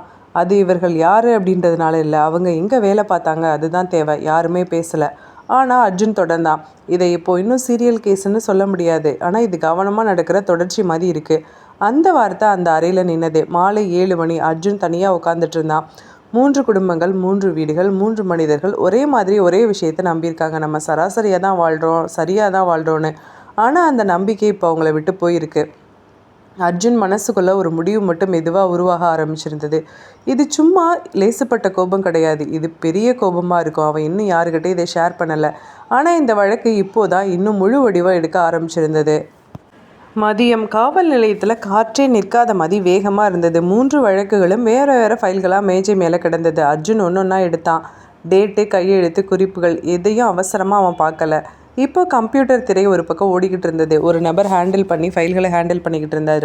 அர்ஜுன் டீம் கிட்ட இன்ஸ்ட்ரக்ஷன் கொடுத்துருந்தான். இந்த 3 பேரும் கடைசி 2-3 வருஷங்களில் பார்த்த ஃபைல்ஸை, அவங்க பார்த்த வேலைகளில் ஏதாவது ஒற்றுமை இருக்கா அப்படின்னு பார்க்க சொல்லியிருந்தாங்க. அதனால் இப்போ அவங்க ஆஃபீஸோட லாகின் ஐடி எல்லாமே கொடுக்கப்பட்டு அவங்க என்னென்ன கிளைண்ட்டு பார்த்தாங்க, என்னென்ன ஒர்க் பார்த்தாங்க அப்படின்னு வந்துடுச்சு. ஏன்னா இப்போ எல்லாமே டிஜிட்டல் மயமாக்கப்பட்டதுனால கவர்மெண்ட் ஆஃபீஸில் எல்லா வேலைகளும் டிஜிட்டல் மயமாக ஒதுக்கப்பட்டிருந்ததுனால இந்த வேலை ஈஸியாக இருந்தது. 3 தனித்தனி நபர்கள் 3 பேரோட ஆஃபீஸ் ஒர்க்கையும் ஹேண்டில் பண்ணிகிட்டு இருந்தாங்க. ஒரு நாள், அடுத்த நாள், அடுத்த வாரம், ஒவ்வொரு வாரமாக மெதுவாக பார்த்துக்கிட்டே இருந்தாங்க. அங்கே ஒரு விஷயம் மட்டும் தெளிவாக இருந்தது. நாளுக்கு நாள் ஃபைல்கள் நகர்ந்து போயிட்டே இருந்தது. நோட்டீஸ், அளவீடு, அனுமதி, பதில். ஒரு வாரம் ஆகிட்டது. இவங்களோட ஒர்க்கை அவங்க கண்டினியூ பண்ணிகிட்டு இருந்தாங்க. இவங்க 3 பேர் என்ன மாதிரி வேலை பார்த்துட்டு இருந்தாங்க அப்படின்றத அஃபீஷியலாக போலீஸ் டீமில் இருக்கிற டெக் டீமை தனித்தனியாக பார்த்துட்டு இருந்தாங்க. மக்கள் சம்மந்தப்பட்ட விஷயங்கள் அதுக்குள்ளே ஒன்றுமே பெரிய விஷயமா தெரியல. எப்போவும் நடக்கிற ஃபைல் மூமெண்ட்ஸ் தான். அர்ஜுனும் அதை பார்த்துக்கிட்டே இருந்தான். ஸ்க்ரீனில் பகுதி பெயர்கள் மாறிக்கிட்டே போனது. Ward 12, ward 9, extension area, old road. ஒன்றுமே நிற்கலை. இப்போ அவன் கண்ணு தேதி மாறினதை கவனிச்சது. இன்னும் ரீசெண்ட்டு 6 மாதம் வரைக்கும் அவங்களுக்குள்ளே எந்த காமனான வேலையும் வரல. அவன் இன்னும் பின்னாடி போக சொன்னான். தேதிகள் இன்னும் மெதுவாக மாறினது. மாதங்கள் ஆண்டுகளாக மானது. அப்போதான் ஒரு பெயர் திரும்ப திரும்ப வந்தது. அதாவது ஒரு இடம், ஒரு வார்டு, அதே பகுதி, வேறு தேதியில் வேறு துறையில் வந்தது. இப்போ அவன் ஸ்க்ரோல் பண்ணதை நிறுத்த சொன்னான். இப்போ 3 டெக் ஆஃபீஸர்ஸும் அதை நிறுத்தினாங்க. அந்த இடம் முதல் நபரோட ஃபைலில் இருந்தது. அடுத்து இன்னொரு நாளில் இன்னொரு நபரோட ஃபைலில் இருந்தது. அவங்க வேலை பார்த்தது ஃபைல்லையே இருந்தது. எந்த ஹைலைட்டும் இல்லை, எந்த அலாரமும் இல்லை. ஆனால் அந்த இடம் அங்கே இருக்கக்கூடாத மாதிரி இருந்தது. அர்ஜுன் இப்போ 3வது ஃபைலை ஓப்பன் பண்ணான். அதே பகுதி, அதே பெயர், அந்த 3வது ஆள் வேலை செஞ்ச இடத்துலையே இருந்தது. இந்த தடவை அவன் உடனே ரியாக்ட் பண்ணல. அவன் தேதியை பார்த்தான். கரெக்டாக 1 வருஷத்துக்கு முன்னாடி அந்த ஸ்க்ரீனில் அந்த இடம் 3 தடவை வந்தது. ஒரே நாளில் இல்லை, ஆனால் ஒரே வேலையில் இல்லை, ஆனால் ஒரே பயணம். இப்போது ஒரு குட்டி ஃப்ளாஷ்பேக். கரெக்டாக 1 வருஷத்துக்கு முன்னாடி காலையில் 5:20. அந்த பகுதி இன்னும் முழுசாக விழிக்கலை. சில வீடுகளில் மட்டும் விளக்கு, பக்கத்து வீட்டில் அடுப்பு எரிய ஆரம்பித்த வாசனை, தூரத்தில் ஒரு கோவில் மணி. இந்த இடம் நகரத்துக்குள்ளே இருந்தாலும் அரசு காகிதங்களில் ஒரே வார்த்தையில் தான் இருந்தது. புறம்போக்கு நிலம். அவன் வீடு எந்த லேஅவுட்லேயே வரல. சர்வே மேப்பில் சுத்தமாக ஒரு வெற்று இடமா இருந்தது. ஆனால் அவன் வாழ்க்கையில் அந்த இடம் வெறும் இடம் கிடையாது. அந்த வீட்டுக்கு வீட்டு எண் இல்லை, ஆனால் பால் வண்டி வரும், பேப்பர் போடுவாங்க, மின் இணைப்பு இருந்தது, தண்ணீர் குழாய் இருந்தது. அதெல்லாம் யாருக்கும் புதுசு இல்லை. ஆனால் ஒரு மாதத்துக்கு முன்னாடி தான் ஒரு நோட்டீஸ் வந்திருந்தது. அதில் டெம்ப்ரவரி ஸ்ட்ரக்சர்னு எழுதியிருந்தது. அவன் அந்த வார்த்தையை பல தடவை படித்து பார்த்தான். டெம்ப்ரவரி. அவனோட அப்பா இங்கே தான் பிறந்தாரு, அவனோட தாத்தாவும் இங்கே தான் பிறந்ததா சொன்னான். காலை 6 மணி. ரோடு தூரத்தில் அவசர சத்தம், சைரன் சத்தம். இந்த தடவை மெதுவாக வரல, அந்த ஜீப் நேராக வந்தது. இவங்க இருந்த இடத்துக்கு வந்தது. போலீஸ் ஜீப்புக்கு பின்னாடியே புல்டோசர் 2 லாரிகளும் வந்தது. எந்த அனௌன்ஸ்மெண்ட்டும் இல்லை. இப்போ ஒரு போலீஸ் அதிகாரி கையில் காகிதம் பிடிச்சிக்கிட்டு வேகமாக பேசினார். இது டெம்ப்ரவரி ஆக்குபேஷன், இம்மிடியேட்டாக கிளியர் பண்ணுங்கள், யாரும் எதிர்ப்பு காட்டக்கூடாது. அந்த வார்த்தைகள் அவர்களுக்கு புதுசாக இருந்தது. இப்போ அங்கேருந்து ஒரு பொண்ணு கத்துனா, சார் நாங்கள் என்ன சார் நேற்றா எங்கள் வீடு கட்டணும், நாங்கள் பல வருஷமாக அங்கே இருக்கோம் சார், எங்களுக்கு டைம் கொடுங்க, அரசாங்கத்தில் சொல்லி எங்களுக்கு வேறு இடம் வாங்கி கொடுங்க, நாங்கள் என்ன புதுசாக கட்டின மாதிரி பேசுகிறீங்க. பதில் வரல. ஒரு பெரியவர் சொன்னார், ஐயா நாங்கள் இங்கே 40-50 வருஷத்துக்கு மேலே இருக்கோம். அந்த வார்த்தை காகிதத்தில் இல்லை. இப்போ அவன் அங்கே தான் நின்றுட்டு இருந்தான். கையில் அந்த நோட்டீஸ். அதில் எந்த குடும்பத்தோட பேரும் இல்லை, எந்த குழந்தையோட வயசும் இல்லை. Temporary occupation. அந்த வார்த்தை தான் அந்த நாளோட வேகம். காலை 6:40 முதல் வீடு உடைக்க ஆரம்பித்தாங்க. புல்டோசர் சுவர் மேட்டில் தட்டுனது. அந்த சுவர் 1 வருஷ சுவர் இல்லை, பழைய தலைமுறை கடந்த சுவர். மண், தூசி. மக்கள்லாம் அழுது கத்துனாங்க. யாரோ பேசினாங்க, அவ்வளோதான் எல்லாம் முடிஞ்சு போச்சு அப்படின்னு சொன்னாங்க. ஒருத்தனோட மனைவி உள்ளே ஓடுனா. பீரோவை திறந்தா. சில துணிகள், ஒரு ரேஷன் கார்டு, பள்ளி சான்றிதழ், அதில் அட்ரஸ். இன்னும் அதே இடம்தான். ஒரு அதிகாரி சொன்னார், ஃபாஸ்ட்டாக கிளியர் பண்ணுங்க, அவ்வளோதான் டைம் உங்களுக்கு. அந்த வார்த்தை அவனோட காதில் சிக்கினது. வந்த வேலையை அவசரமாக முடிக்கப்பட்டது. யாருக்கும் விவரமாக பேசுகிறதுக்கு நேரம் இல்லை. யாருக்கும் உண்மையாக இங்கே எத்தனை வருஷம் இருந்தோம் அப்படின்றதுக்கு எந்த எவிடன்ஸும் காமிக்கிறதுக்கு கூட டைம் இல்லை. காலை 8 மணி. அந்த இடம் காலி நிலமாக மாற ஆரம்பிச்சிருந்தது. அரசு ஃபைலுக்கு இது ஒரு சரியான நிலை. அவன் அந்த இடத்துல தான் நின்றுட்டு இருந்தான். அவன் வீடு இல்லை அந்த இடத்துல. ஆனால் அவனோட கால்கள் அந்த மண்ணை இன்னும் நினைவாக வைத்திருந்தது.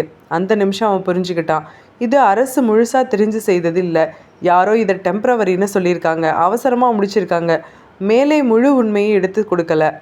அவன் அந்த நாள் யாரையும் பழி வாங்கணும் அப்படின்னு நினைக்கல. ஆனால் ஒரு விஷயத்தை மட்டும் மனசில் பதிய விட்டான், இந்த ஃபைலை யார் இந்த மாதிரி பண்ணாங்க, இது டெம்ப்ரவரி ஸ்ட்ரக்சர்னு யார் இதை ஊர்ஜிதப்படுத்தி கொடுத்தாங்க, அதை நம்ம கண்டுபிடிக்கணும். 1 வருஷம் கழிச்சு இப்போ அந்த இடம் ஒரு ப்ராஜெக்ட் சைட்டாக மாறி இருந்தது. அவன் மனசில் இன்னும் அந்த டெம்ப்ரவரி ஆக்குபேஷன் அப்படின்ற எழுத்து இன்னும் மாறவே இல்லை. அந்த நாள் அப்படியே முடிஞ்சு அந்த இடமும் கரைஞ்சி போச்சு. வீடு இல்லை, முகவரி இல்லை. அவர்கள் தற்காலிகமாக ஒரு உறவினர் வீட்டில் இருந்தாங்க. அவன் அப்போதான் முதல் தடவையாக ஒரு விஷயத்தை முழுசாக யோசித்தான். நம்மளை இவ்வளோ வருஷமாக இங்கே வாழ்ந்த இடம் எப்படி டெம்ப்ரவரி ஆக்குபேஷனாக மாறுச்சு. அவன் இப்போ அந்த நோட்டீஸை திரும்ப எடுத்தான். அதில் ஒரு வரி மட்டும் அவனை குத்திச்சு, recently occupied government land. Recently. இப்போ அதை மனசுக்குள்ளே யோசித்தான். இது நம்ப முடியாத வார்த்தை. இப்போ அவன் அம்மாவை கேட்டான், அம்மா நம்ம எப்போ இங்கே வந்தோம்? ரொம்ப வருஷத்துக்கு முன்னாடி தான் உங்கள் தாத்தா இங்கே வந்தார். அப்புறமா ரீசெண்ட்டுன்னு போட்டிருக்கு. அவன் அப்பாவோட பழைய பெட்டியை திறந்தான். உள்ள பழைய ration card, voter ID copy, பள்ளி சான்றிதழ், மின்சார ரசீது எல்லாமே இருந்தது. அனைத்திலும் அதே முகவரி. வருஷம் இருந்தது. அவன் இப்போ அடுத்த நாள் ஒரு வேலையை பண்ணான். அந்த இடத்துக்கு திரும்ப போனான். இப்போது அது ஃபென்ஸ்டு ஏரியாவாக இருந்தது. அவன் சுற்றி பார்த்தான். எப்பவும் போல் அவங்க வாங்குகிற டீ கடை இருந்தது. டீ கடைக்கு போனான். அந்த வயசான தாத்தா பார்த்தாரு. என்னப்பா இது, எல்லா வீட்டையும் இப்படி இடிச்சு போட்டானுங்களே, என்னப்பா பண்ணுறீங்க நீங்கள்? தாத்தா அதெல்லாம் விடுங்க, இந்த வீடு நாங்கள் இருந்தோம்ல, இது எத்தனை வருஷத்துக்கு முன்னாடி இருந்திருக்கு? தம்பி இது பல வருஷமாக இருக்குப்பா, ஒரு 40-50 வருஷமாக இருக்குப்பா. இப்போ அவனோட மனசுக்குள்ளே ஒரு விஷயம் செட்டில் ஆனது. இந்த இடம் டெம்ப்ரவரி ஆக்குபேஷன் கிடையாது, இதை டெம்ப்ரவரி ஆக்குபேஷன்னு மாற்றிருக்காங்க. அவனுக்கு முதல்ல எங்கே போகணுன்னு தெரியல. அதுக்கப்புறமா அவன் நேராக நகராட்சி அலுவலகத்துக்கு போனான். கவுண்டரில் நின்னான். இந்த லேண்டோட ஸ்டேட்டஸ் வேணும் அப்படின்னு அந்த பழைய ரெசிப்டை கொடுத்தான். கிளர்க்கு இப்போ சோம்பேறித்தனமாக பார்த்தான். ஃபைல் நம்பர் என்னப்பா? ஃபைல் நம்பர் இல்லை. அவன் அமைதியாக சொன்னான். எவிக்ஷன் நோட்டீஸ் நம்பர் இருக்குது. அந்த நம்பர் கவுண்டருக்கு கீழே போனது. சில நிமிஷத்துக்கு பின்னாடி ஒரு ஃபைல் மேஜை மேலே வந்தது. அவன் பார்த்தான். அந்த ஃபைலில் ஒரு ஸ்டேட்மெண்ட் இருந்தது. இந்த நிலம் சமீப காலத்தில் ஆக்கிரமிக்கப்பட்ட அரசு நிலமாக கருதப்படுகிறது. இங்கு உள்ள குடியிருப்புகள் தற்காலிகமாக அமைக்கப்பட்டவை. அவன் அந்த வரியை 2 தடவை படித்தான். சமீப காலமாக? அவன் வீட்டில் அவன் தந்தை இருந்தார், அவனோட தாத்தா இருந்திருக்காரு. இது சமீபம் இல்லையே. இந்த வார்த்தைகள் காகிதத்தில் புதுசாக வந்திருக்கு, நிலத்தில் புதுசு கிடையாது இது. அவன் கண்கள் அந்த வரிகள்லையே நின்னது. இப்போ அவன் தேதியை பார்த்தான். அப்புறப்படுத்தப்படுறதுக்கு முன்னாடி 3 மாதத்துக்கு முன்னாடி தான் போட்டிருந்தது. அதுக்கு முன்னாடி எந்த சர்வே குறிப்பும் இல்லை. எந்த எதிர்ப்பு பதிவும் இல்லை, எந்த விசாரணையும் இல்லை. இப்போ அவன் மெதுவாக அடுத்த பக்கத்தை மாற்றினான். அடுத்த பக்கம் ஒரு கையெழுத்து, அதுக்கு கீழே இன்னொரு கையெழுத்து, அதுக்கு பின் சட்ட ரீதியான அனுமதி வழங்கப்படுகிறது. அவன் அந்த பெயர்களை படித்தான், மனசில் பதிச்சுக்கிட்டான். அந்த நிமிஷம் அவன் புரிஞ்சுக்கிட்டான், இந்த நிலம் அன்னைக்கு புதுசாக ஆக்கிரமிக்கப்படலை, ஆனால் அந்த நாளில் புதுசாக ஆக்கிரமித்த மாதிரி காகிதத்தில் மாற்றப்பட்டிருக்கு. அவன் யாரையும் இப்போ குத்தம் சொல்லலை, அவன் சத்தம் போடலை. அந்த ஃபைலை திரும்ப கவுண்டரில் வச்சான். அவன் கையில் இப்போ நகல் எதுவும் இல்லை, ஆனால் அவன் மனசுக்குள்ளே ஒரு பட்டியல் உருவாக ஆரம்பிச்சிருந்தது. அந்த நாள் இரவு அவன் உறங்கலை. அவன் திட்டம் போட்டான். அவன் ஒரு விஷயத்தை மட்டும் உறுதி பண்ணிக்கிட்டான், இந்த பொய் ஒரே நாளில் உருவாகலை. ஒரு ஃபைல்லேருந்து ஒவ்வொருத்தராக பாஸ் பண்ணி அனுப்பியிருக்காங்க. அந்த நிமிஷத்தில் அவனோட வாழ்க்கை 2 பகுதியாக பிரிஞ்சது. அதாவது அந்த வீட்டுக்கு முன்னாடி, அதுக்கப்புறம் அந்த காகிதத்துக்கு பின்னாடின்னு. ஃப்ளாஷ்பேக் முடிஞ்சது. இப்போது மாலை காவல் நிலையத்தில் ஃபைல்கள் அடுக்கி வைக்கப்பட்டிருந்தது. 3 கொலைகள், 3 மனிதர்கள், 3 வேறு வேறு துறைகள். அர்ஜுன் ஒவ்வொரு ஃபைலையும் மெதுவாக திருப்பிட்டு இருந்தான். அவனுக்கு யார் கொலை செஞ்சான் அப்படின்னு இப்போ முக்கியம் இல்லை, எதுக்காக கொலை செஞ்சான் அப்படின்றத தேடிக்கிட்டு இருந்தான். அவன் முதல்ல 3 பேரின் வேலை விவரங்களை சைட் பை சைடு வச்சான். சர்வே, பொறியியல், சட்டம். வேலைகள் வேறு, பதவிகள் வேறு. ஆனால் ஒரே ஒரு விஷயத்தை மட்டும் இவங்க 3 பேரும் சம்மந்தப்பட்டிருக்காங்க. அது ஒரு நிலம், புறம்போக்கு நிலம். அவன் கவனித்தது, இந்த 3 பேரும் கடந்த 6 மாதத்தில் 100கணக்கான ஃபைல்களை ஹேண்டில் பண்ணியிருக்காங்க. மக்கள் சம்மந்தப்பட்ட ஃபைலு, நோட்டீஸு, அளவீடு, அனுமதி, இதெல்லாம் அரசு அலுவலகத்தில் சாதாரணம்தான். ஆனால் அவன் அங்கேயே நின்று போகலை. அதுக்கப்புறம் அந்த ஒரே நிலம், அதில் தான் இவங்க 3 பேரும் சம்மந்தப்பட்டிருக்காங்க. ஒரு தடவை சர்வே துறையில் இந்த நில எல்லை உறுதி அப்படின்னு வந்தது. இன்னொரு தடவை பொறியியல் பிரிவில் பகுதி சுத்தம் செய்ய அனுமதின்னு வந்திருக்கு. அதுக்கப்புறம் சட்டப்பிரிவில் குடியிருப்பு அகற்றல் அறிவிப்புன்னு வந்திருக்கு. அர்ஜுன் அங்கே தான் அந்த ஃபைலை மூடினான். ஒரே நாளில் இல்லை, ஒரே கையெழுத்து இல்லை, ஆனால் ஒரே இடம். ஒரு இடம் சம்மந்தப்பட்டதுக்கு 3 பேர் கையெழுத்து போட்டிருக்காங்க. அவன் அந்த இடத்தின் பெயரை மெதுவாக உச்சரித்தான். இப்போது அது ஒரு நகரத்தில் ஒரு காலி நிலம். இந்த இடம் இப்போ என்ன நிலமையில் இருக்குது அப்படின்னு அவன் அசிஸ்டண்ட்டை கேட்டான். ஒரு கான்ஸ்டபிள் பதில் சொன்னார். சார், 1 வருஷத்துக்கு முன்னாடி இருந்த குடியிருப்புகள்லாம் அங்கே அகற்றப்பட்டிருக்கு சார். அப்படியா? எப்படி?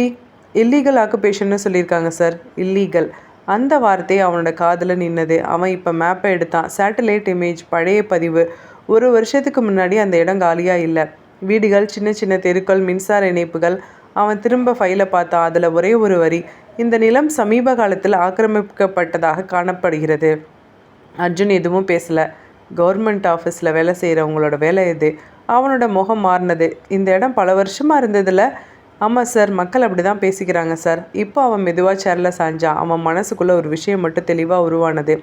இந்த நிலம் திடீர்னு இல்லீகலாக மாறலை, காகிதத்தில் இல்லீகலாக மாற்றப்பட்டிருக்கு. இந்த ஸ்டேட்டஸை யார் உருவாக்குனாங்க? அவன் கேட்டான். சார், ஆஃபீஸர் சொன்னார். சார், ஃபைலில் 3 துறைகள்லையும் என்ரோல்மெண்ட் இருக்குது சார். அர்ஜுன் அந்த 3 பேர்களை திரும்ப பார்த்தான். 3 பேர் இறந்தவங்க. அவன் அந்த நிமிஷத்தில் ஒரு விஷயத்தை மட்டும் உறுதி பண்ணிக்கிட்டான். இந்த கொலைகள் ஒரு கோபந்தான், இது ஒரு ரிவெஞ்ச் தான், ஒரு இடம் அழிந்ததுக்கான ஒரு பழி. அவன் இப்போ அந்த ஃபைலை மூடினான். அவன் இப்போ அந்த இடத்தோட கதையை முழுசாக தெரிஞ்சுக்கணுன்னு விரும்பினான். ஏன்னா இப்போது அந்த இடம் ஒரு ப்ராஜெக்டாக மாறி இருக்கும். ஆனால் யாரோ ஒருத்தருக்கு அது எப்போவோ ஒரு காலத்தில் வீடாக இருந்திருக்கு. ஒருத்தருக்கு மட்டும் இல்லை, பல குடும்பங்களுக்கு. அர்ஜுன் அந்த சைட்டுக்கு போனான். அந்த நிலத்தை முழுசாக பார்த்தான். இப்போது அது ஒரு புதிய ப்ராஜெக்ட் சைட்டு. ஆனால் 1 வருஷத்துக்கு முன்னாடி இது பல பேரோட வாழ்க்கை, பல பேரோட முகவரி. இப்போ அவன் ஜீப்புக்கு ஏறினான். என்ஜின் ஸ்டார்ட் ஆனது. அவன் விண்டோ வழியாக அந்த வேலையை பார்த்தான். பக்கத்தில் இருக்கவங்கள்ட்ட விசாரித்ததுலேருந்து இங்கே பல குடும்பங்கள் இருந்திருக்காங்க. பாவம், அவங்கெல்லாம் இந்த இடத்த அகற்றப்பட்ட பின்னாடி ஒவ்வொருத்தரும் ஒவ்வொரு திசைக்கு போயிட்டாங்க. நிறைய பேர் குடும்பம் இல்லாமல் கதறி அழுததை பார்த்ததா பக்கத்தில் இருக்கவங்கெல்லாம் சொல்கிறாங்க. அந்த கணம் இவனோட மனசு அந்த பாதிக்கப்பட்டவங்க கோணத்துலேருந்து யோசித்து பார்த்தான். மிகப்பெரிய வலி தான், மிகப்பெரிய இழப்பு தான். இப்போது அவன் விண்டோ வழியாக அந்த வேலையை பார்த்தான். இந்த இடம் தற்செயலாக அந்த 3 கோப்புகளில் வரல, இது குறிப்பிடப்பட்டு மாற்றப்பட்டிருக்கு. அர்ஜுன் இப்போ ஒரு விஷயத்தை மட்டும் உறுதி பண்ணிக்கிட்டான். இந்த வழக்கு இங்கிருந்த மக்களை அகற்றியதற்காக ஆரம்பிச்சிருக்கு. ஜீப் நகரத்துக்குள்ளே கலந்தது. பின்னாடி ஒரு காலி நிலம், முன்னாடி ஒரு நீளமான பாதை. இரவு 9:40. காவல் நிலையம் அமைதியாக இல்லை. 3 கொலைகள், ஒரு இடம், ஒரு ஃபைலு. அர்ஜுன் மேஜை மேலே அந்த எவிக்ஷன் கோப்பை திரும்ப திறந்தான். இந்த தடவை அவன் பெயர்களை வேறு விதமாக பார்த்தான். யார் இறந்தாங்க அப்படின்றது முக்கியம் இல்லை, யார் இன்னும் இதில் உயிரோடு இருக்க போகிறாங்க, இன்னும் உயிரோடு இருக்காங்க அப்படின்றது தான் முக்கியம். இப்போ அவன் அந்த என்ரோல்மெண்ட் வரிசையை மெதுவாக பார்த்தான். முதல் கையெழுத்து சர்வே டிபார்ட்மெண்ட், அடுத்து பொறியியல், அடுத்து சட்டம். 3 பேர் இறந்துட்டாங்க. அதுக்கப்புறம் ஒரு பெயர், அந்த ஃபைலோட கடைசி நகர்வு. அவர் தான் இறுதி ஒப்புதல் கொடுத்த சைன் பண்ணியிருந்தது. அர்ஜுன் அந்த பெயரை ஒரு நிமிஷம் பார்த்தான். இவன் களத்தில் இறங்காதவன், நோட்டீஸ் எழுதாதவன், புல்டோசராக அனுப்பாதவன். ஆனால் இந்த காகிதம் இவனை தாண்டாமல் இந்த ஃபைலு வெளியில் போகாது. அவன் சேரில் சாஞ்சான். 3 பேர் போனாங்க, அவன் இன்னும் இருக்கான். இந்த ஆள் இப்போ எங்கே வேலை பார்க்குறான்? அவன் கேட்டான். ஒரு கான்ஸ்டபிள் இப்போ சிஸ்டமை பார்த்தாரு. சார், இப்போ அவர் ட்ரான்ஸ்ஃபர் ஆகி வேறு மாவட்டத்துக்கு போயிருக்காரு. என்ன வேலை பார்த்துட்ருக்காரு? அதே தானா? ஆமாம் சார், இப்போது அட்மினிஸ்ட்ரேட்டிவ் சூப்பர்வைசராக இருக்கார். அர்ஜுன் இப்போ முணுமுணுத்தான். இது ஃபீல்டு இல்லை, இது ஆஃபீஸ். அதனால தான் அவன் இப்போ வரைக்கும் கண்ணில் படலை. இப்போ அவன் மொபைல் எடுத்தான். அவருக்கு டிஸ்க்ரீட் கவர் வேணும். அவருக்கு தெரியப்படுத்தாமல் நம்ம இதை சரி பண்ணணும். சார், இப்போவே அவரை பாதுகாக்கணுமா சார்? ஆமாம், இப்போவே. அந்த இரவு அந்த ஆள் வீட்டில் ஒன்றும் நடக்கலை. அவன் வழக்கம் போல தான் வீட்டுக்கு வந்தான், டிவி போட்டான், சாப்பிட்டான். ஆனால் அவன் வீட்டுக்கு எதிரில் ஒரு பைக் அந்த நாள் அதிக நேரமாக நின்னது. அதை அந்த ஆள் கவனிக்கலை. மறுநாள் காலை அவனோட ஆஃபீஸ் டேபிளில் ஃபைல்ஸ் அடுக்கி வச்சுட்டு இருந்தான். அவன் கையில் ஒரு ஃபைல். அந்த ஃபைலில் அந்த இடம் இல்லை. ஆனால் அவன் கம்ப்யூட்டர் ஸ்க்ரீனில் ஒரு மெயில், ரிமைண்டர் பெண்டிங் அப்ரூவல். அவன் இப்போ ஸ்க்ரோல் பண்ணான். அவன் புருவம் சின்னதாக மடங்குச்சு. அந்த மெயில் 1 வருஷத்துக்கு முன்னாடி அவன் சைன் பண்ண அதே ப்ராஜெக்ட் நம்பர். அவன் உடனே அந்த ஸ்க்ரீனை க்ளோஸ் பண்ணிட்டான். அந்த நிமிஷம் அவனுக்கு ஏதோ சரியில்லை அப்படின்னு தோணுச்சு. மாலை 6:30 அவன் ஆஃபீஸ்லேருந்து கிளம்புனான். பார்க்கிங்கில் பைக் ஸ்டார்ட் ஆகலை. அவன் சுற்றி பார்த்தான், யாரும் இல்லை. அந்த அமைதி பெருசாக இருந்தது. அவன் மொபைலை எடுத்தான். சிக்னல் வீக்காக இருந்தது. அதே நேரம் அர்ஜுன் ஆஃபீஸ்க்கு வந்திருந்தான். இந்த ஆளை பற்றி விசாரித்தான். சார், அவர் ஆஃபீஸில் தான் சார் இருக்கார், வேலையில் தான் இருந்தார். செக்யூரிட்டி சொன்னான். இப்போ எங்கே இருக்கார்? இங்கே தான் சார் இருந்தார். ஒருவேளை கிளம்பிட்டார் போல் சார், பார்க்கிங்கில் இருப்பார். அர்ஜுன் உடனே போனான். இது இன்னும் ஒரு காலம் நடக்கலை. ஆனால் 3வது தடவை அவன் மனசு ஒரே மாதிரி சொல்லிச்சு. இது ஒரு தொடர்ச்சி. அர்ஜுன் இப்போ வேகமாக போனான். இரவு 7:05 அலுவலக பார்க்கிங்கில் விளக்குகள் மங்கலாக இருந்தது. அவன் பைக்கை 3வது தடவையாக கிக் அடிச்சிட்டு இருந்தான். ஸ்டார்ட் ஆகலை. இப்போ அந்த ஆளோட சுவாசம் சின்னதாக வேகமானது. பேட்டரி போயிருக்குமோ தனத்துக்குள்ளே சொல்லிக்கிட்டான். அவன் ஃபோனை எடுத்தான். சிக்னல் சரியா இல்லை. அதே நேரம் பார்க்கிங்க்கு வெளியில் ஒரு கார் மெதுவாக வந்து நின்னது. என்ஜின் ஆஃப் பண்ணப்பட்டிருந்தது, லைட்ஸ் ஆஃப் பண்ணப்பட்டிருந்தது. அவன் கவனிக்கலை. அவன் பைக்கை சைட் ஸ்டாண்ட் போட்டு ஃபோனில் மெக்கானிக் நம்பரை தேடிக்கிட்டு இருந்தான். இப்போ அவனோட பின்புறம் காலடி சத்தம் மெதுவானது. அவன் திரும்பி பார்க்க ஒரு நிழல். அந்த நிழல் அவனுக்கு பக்கத்தில் நெருங்கினது. அந்த நிமிஷம் இந்த பக்கம் போலீஸோட சத்தம் கேட்டவுடனே அந்த குரல் பார்க்கிங் முழுக்க எதிரொலித்தது. அவன் திரும்பும் நேரத்தில் 2 பேர் வேகமாக முன்னாடி வந்தாங்க. அந்த நிழல் ஒரு அடியோட பின்னாடி போயிட்டான். இப்போ இந்த ஆளுக்கு என்ன நடக்குதுன்னு புரியுறதுக்குள்ளே, சார் உள்ளே வாங்க. போலீஸ் கான்ஸ்டபிள் இப்போ அந்த ஆளோட கையை பிடிச்சி உள்ளே எடுத்துகிட்டு போனாங்க. அவன் தலையை திருப்பினான். பார்க்கிங் எக்ஸிட்டில் அர்ஜுன் நின்றுட்டு இருந்தான். அவன் கண்கள் ஒரு விஷயத்தை பார்த்தது. அந்த இடம் கிரவுண்டில் ஒரு இரும்பு கம்பி ஃப்ரெஷ்ஷாக இருந்தது. அர்ஜுன் குனிஞ்சு அதை பார்த்தான். ஏற்கனவே இங்கே வச்சுட்டு போயிருக்கான் போல், மெதுவாக சொன்னான். இப்போது அவன் அந்த ஆளை பார்த்தான். சார், போலீஸ் கூட போய் பத்திரமா இருங்க சார், உங்களுக்கு கொலை மிரட்டல் த்ரெட் இருக்குது. சார், நான் என்ன சார் பண்ணேன்? நான் ஒன்றுமே பண்ணல சார், எனக்கு என்ன சார் கொலை முயற்சி இருக்குது? அந்த ஆள் விடாமல் கத்துனா. போங்க சார், உயிரை காப்பாற்றிக்கணும் அப்படின்னா சொல்கிறத கேளுங்க சார். இப்போ அர்ஜுன் திரும்ப ரோட்டுக்கு வந்தான். Traffic signal. இப்போ அவன் ஒரு காரை நோட்டீஸ் பண்ணான். அந்த கார் இப்போ சடனாக டேர்ன் எடுத்துகிட்டு இருந்தது. அர்ஜுன் இதை இப்போ அந்த காரை ஃபாலோ பண்ண முயற்சி பண்ணான். அவனோட பைக் எடுத்துகிட்டு போனான். ஒரு பஸ் இடைப்பட்டு நின்றுது. அந்த நிமிஷம் அந்த கார் கண்ணுக்கு தெரியாமல் மறைஞ்சு போச்சு. மிஸ் பண்ணிட்டோம். அர்ஜுன் இப்போ கண்ணாடியை பார்த்தான். அவனோட முகம் ஒரு விஷயத்தை தெளிவாக சொன்னது. எதிர்பார்த்தது தான், அவனை எதிர்பார்த்து தான் வந்திருக்கான். இந்த ஆள் எனக்கு தப்பிச்சிட்டான். இப்போது அர்ஜுன் திரும்ப பார்க்கிங்க்கு போனான். அந்த ஆளோட பைக்கை பார்த்தான். அந்த ஆளோட பைக்கு வேண்டுமென்றே அந்த ஆளோட பைக்கு ஸ்டார்ட் பண்ணப்படாமல் ஏதோ ஒரு மெக்கானிக் வேலை பண்ணப்பட்டிருந்தது. அதையும் புரிஞ்சுக்கிட்டான், இதுவும் அந்த கொலையாளியோட வேலை தான் அப்படின்னு. காவல் நிலையத்தில் பாதுகாப்பாக வைக்கப்பட்டிருந்த அந்த ஆள் இப்போது உட்காந்து ஜன்னலை பார்த்துட்டு இருந்தான். இரவு 11:40 வெளியில் ரோடு சத்தம் மங்கலாக கேட்டது. அர்ஜுன் அந்த ஆளோட முன்னாடி வந்து நின்னான். இந்த தடவை அர்ஜுனோட குரல் மென்மையாக இருந்தது. இங்கே பாருங்கள், நீங்கள் சைன் பண்ணதா சொன்னீங்கல்ல, அது எந்த மாதிரியான ப்ராஜெக்ட் அப்படின்னு எனக்கு கொஞ்சம் விளக்க முடியுமா? அந்த ஆள் ஒரு நிமிஷம் அமைதியாக இருந்தான். அதுக்கப்புறம் அவனோட குரல் வந்தது. சார், அது டைரெக்டான சேல் கிடையாது சார். அர்ஜுன் தலையாட்டினான். அப்போது லீஸா? ஆமாம் சார். அந்த ஆள் இப்போ மெதுவாக விளக்க ஆரம்பித்தான். சார், அந்த நிலம் அரசோட புறம்போக்கு நிலம்தான். ஆனால் அரசு அதை ப்ரைவேட் கிட்ட குத்தகைக்கு விடலாம். அது எப்படி? அர்ஜுன் கேட்டான். சார், அது ஒரு ஒப்பந்தம் சார். இந்த மாதிரி நிறைய நடக்குது சார். அதாவது ப்ரைவேட் நிறுவனம் கவர்மெண்ட் கிட்ட ஒரு தொகையை கட்டணமாக செலுத்தணும். அதுக்கு பதிலாக அந்த இடத்துல அவங்க கட்டடம் கட்டிக்கலாம். இப்போது அவன் சுவாசத்தை இழுத்தான். ஆனால் அந்த பில்டிங் அவங்களுக்கு சொந்தம் ஆகாது. ஒரு குறிப்பிட்ட காலம், 10-15 வருஷம், அவ்வளவுதான். அர்ஜுன் கவனமாக கேட்டுட்டு இருந்தான்.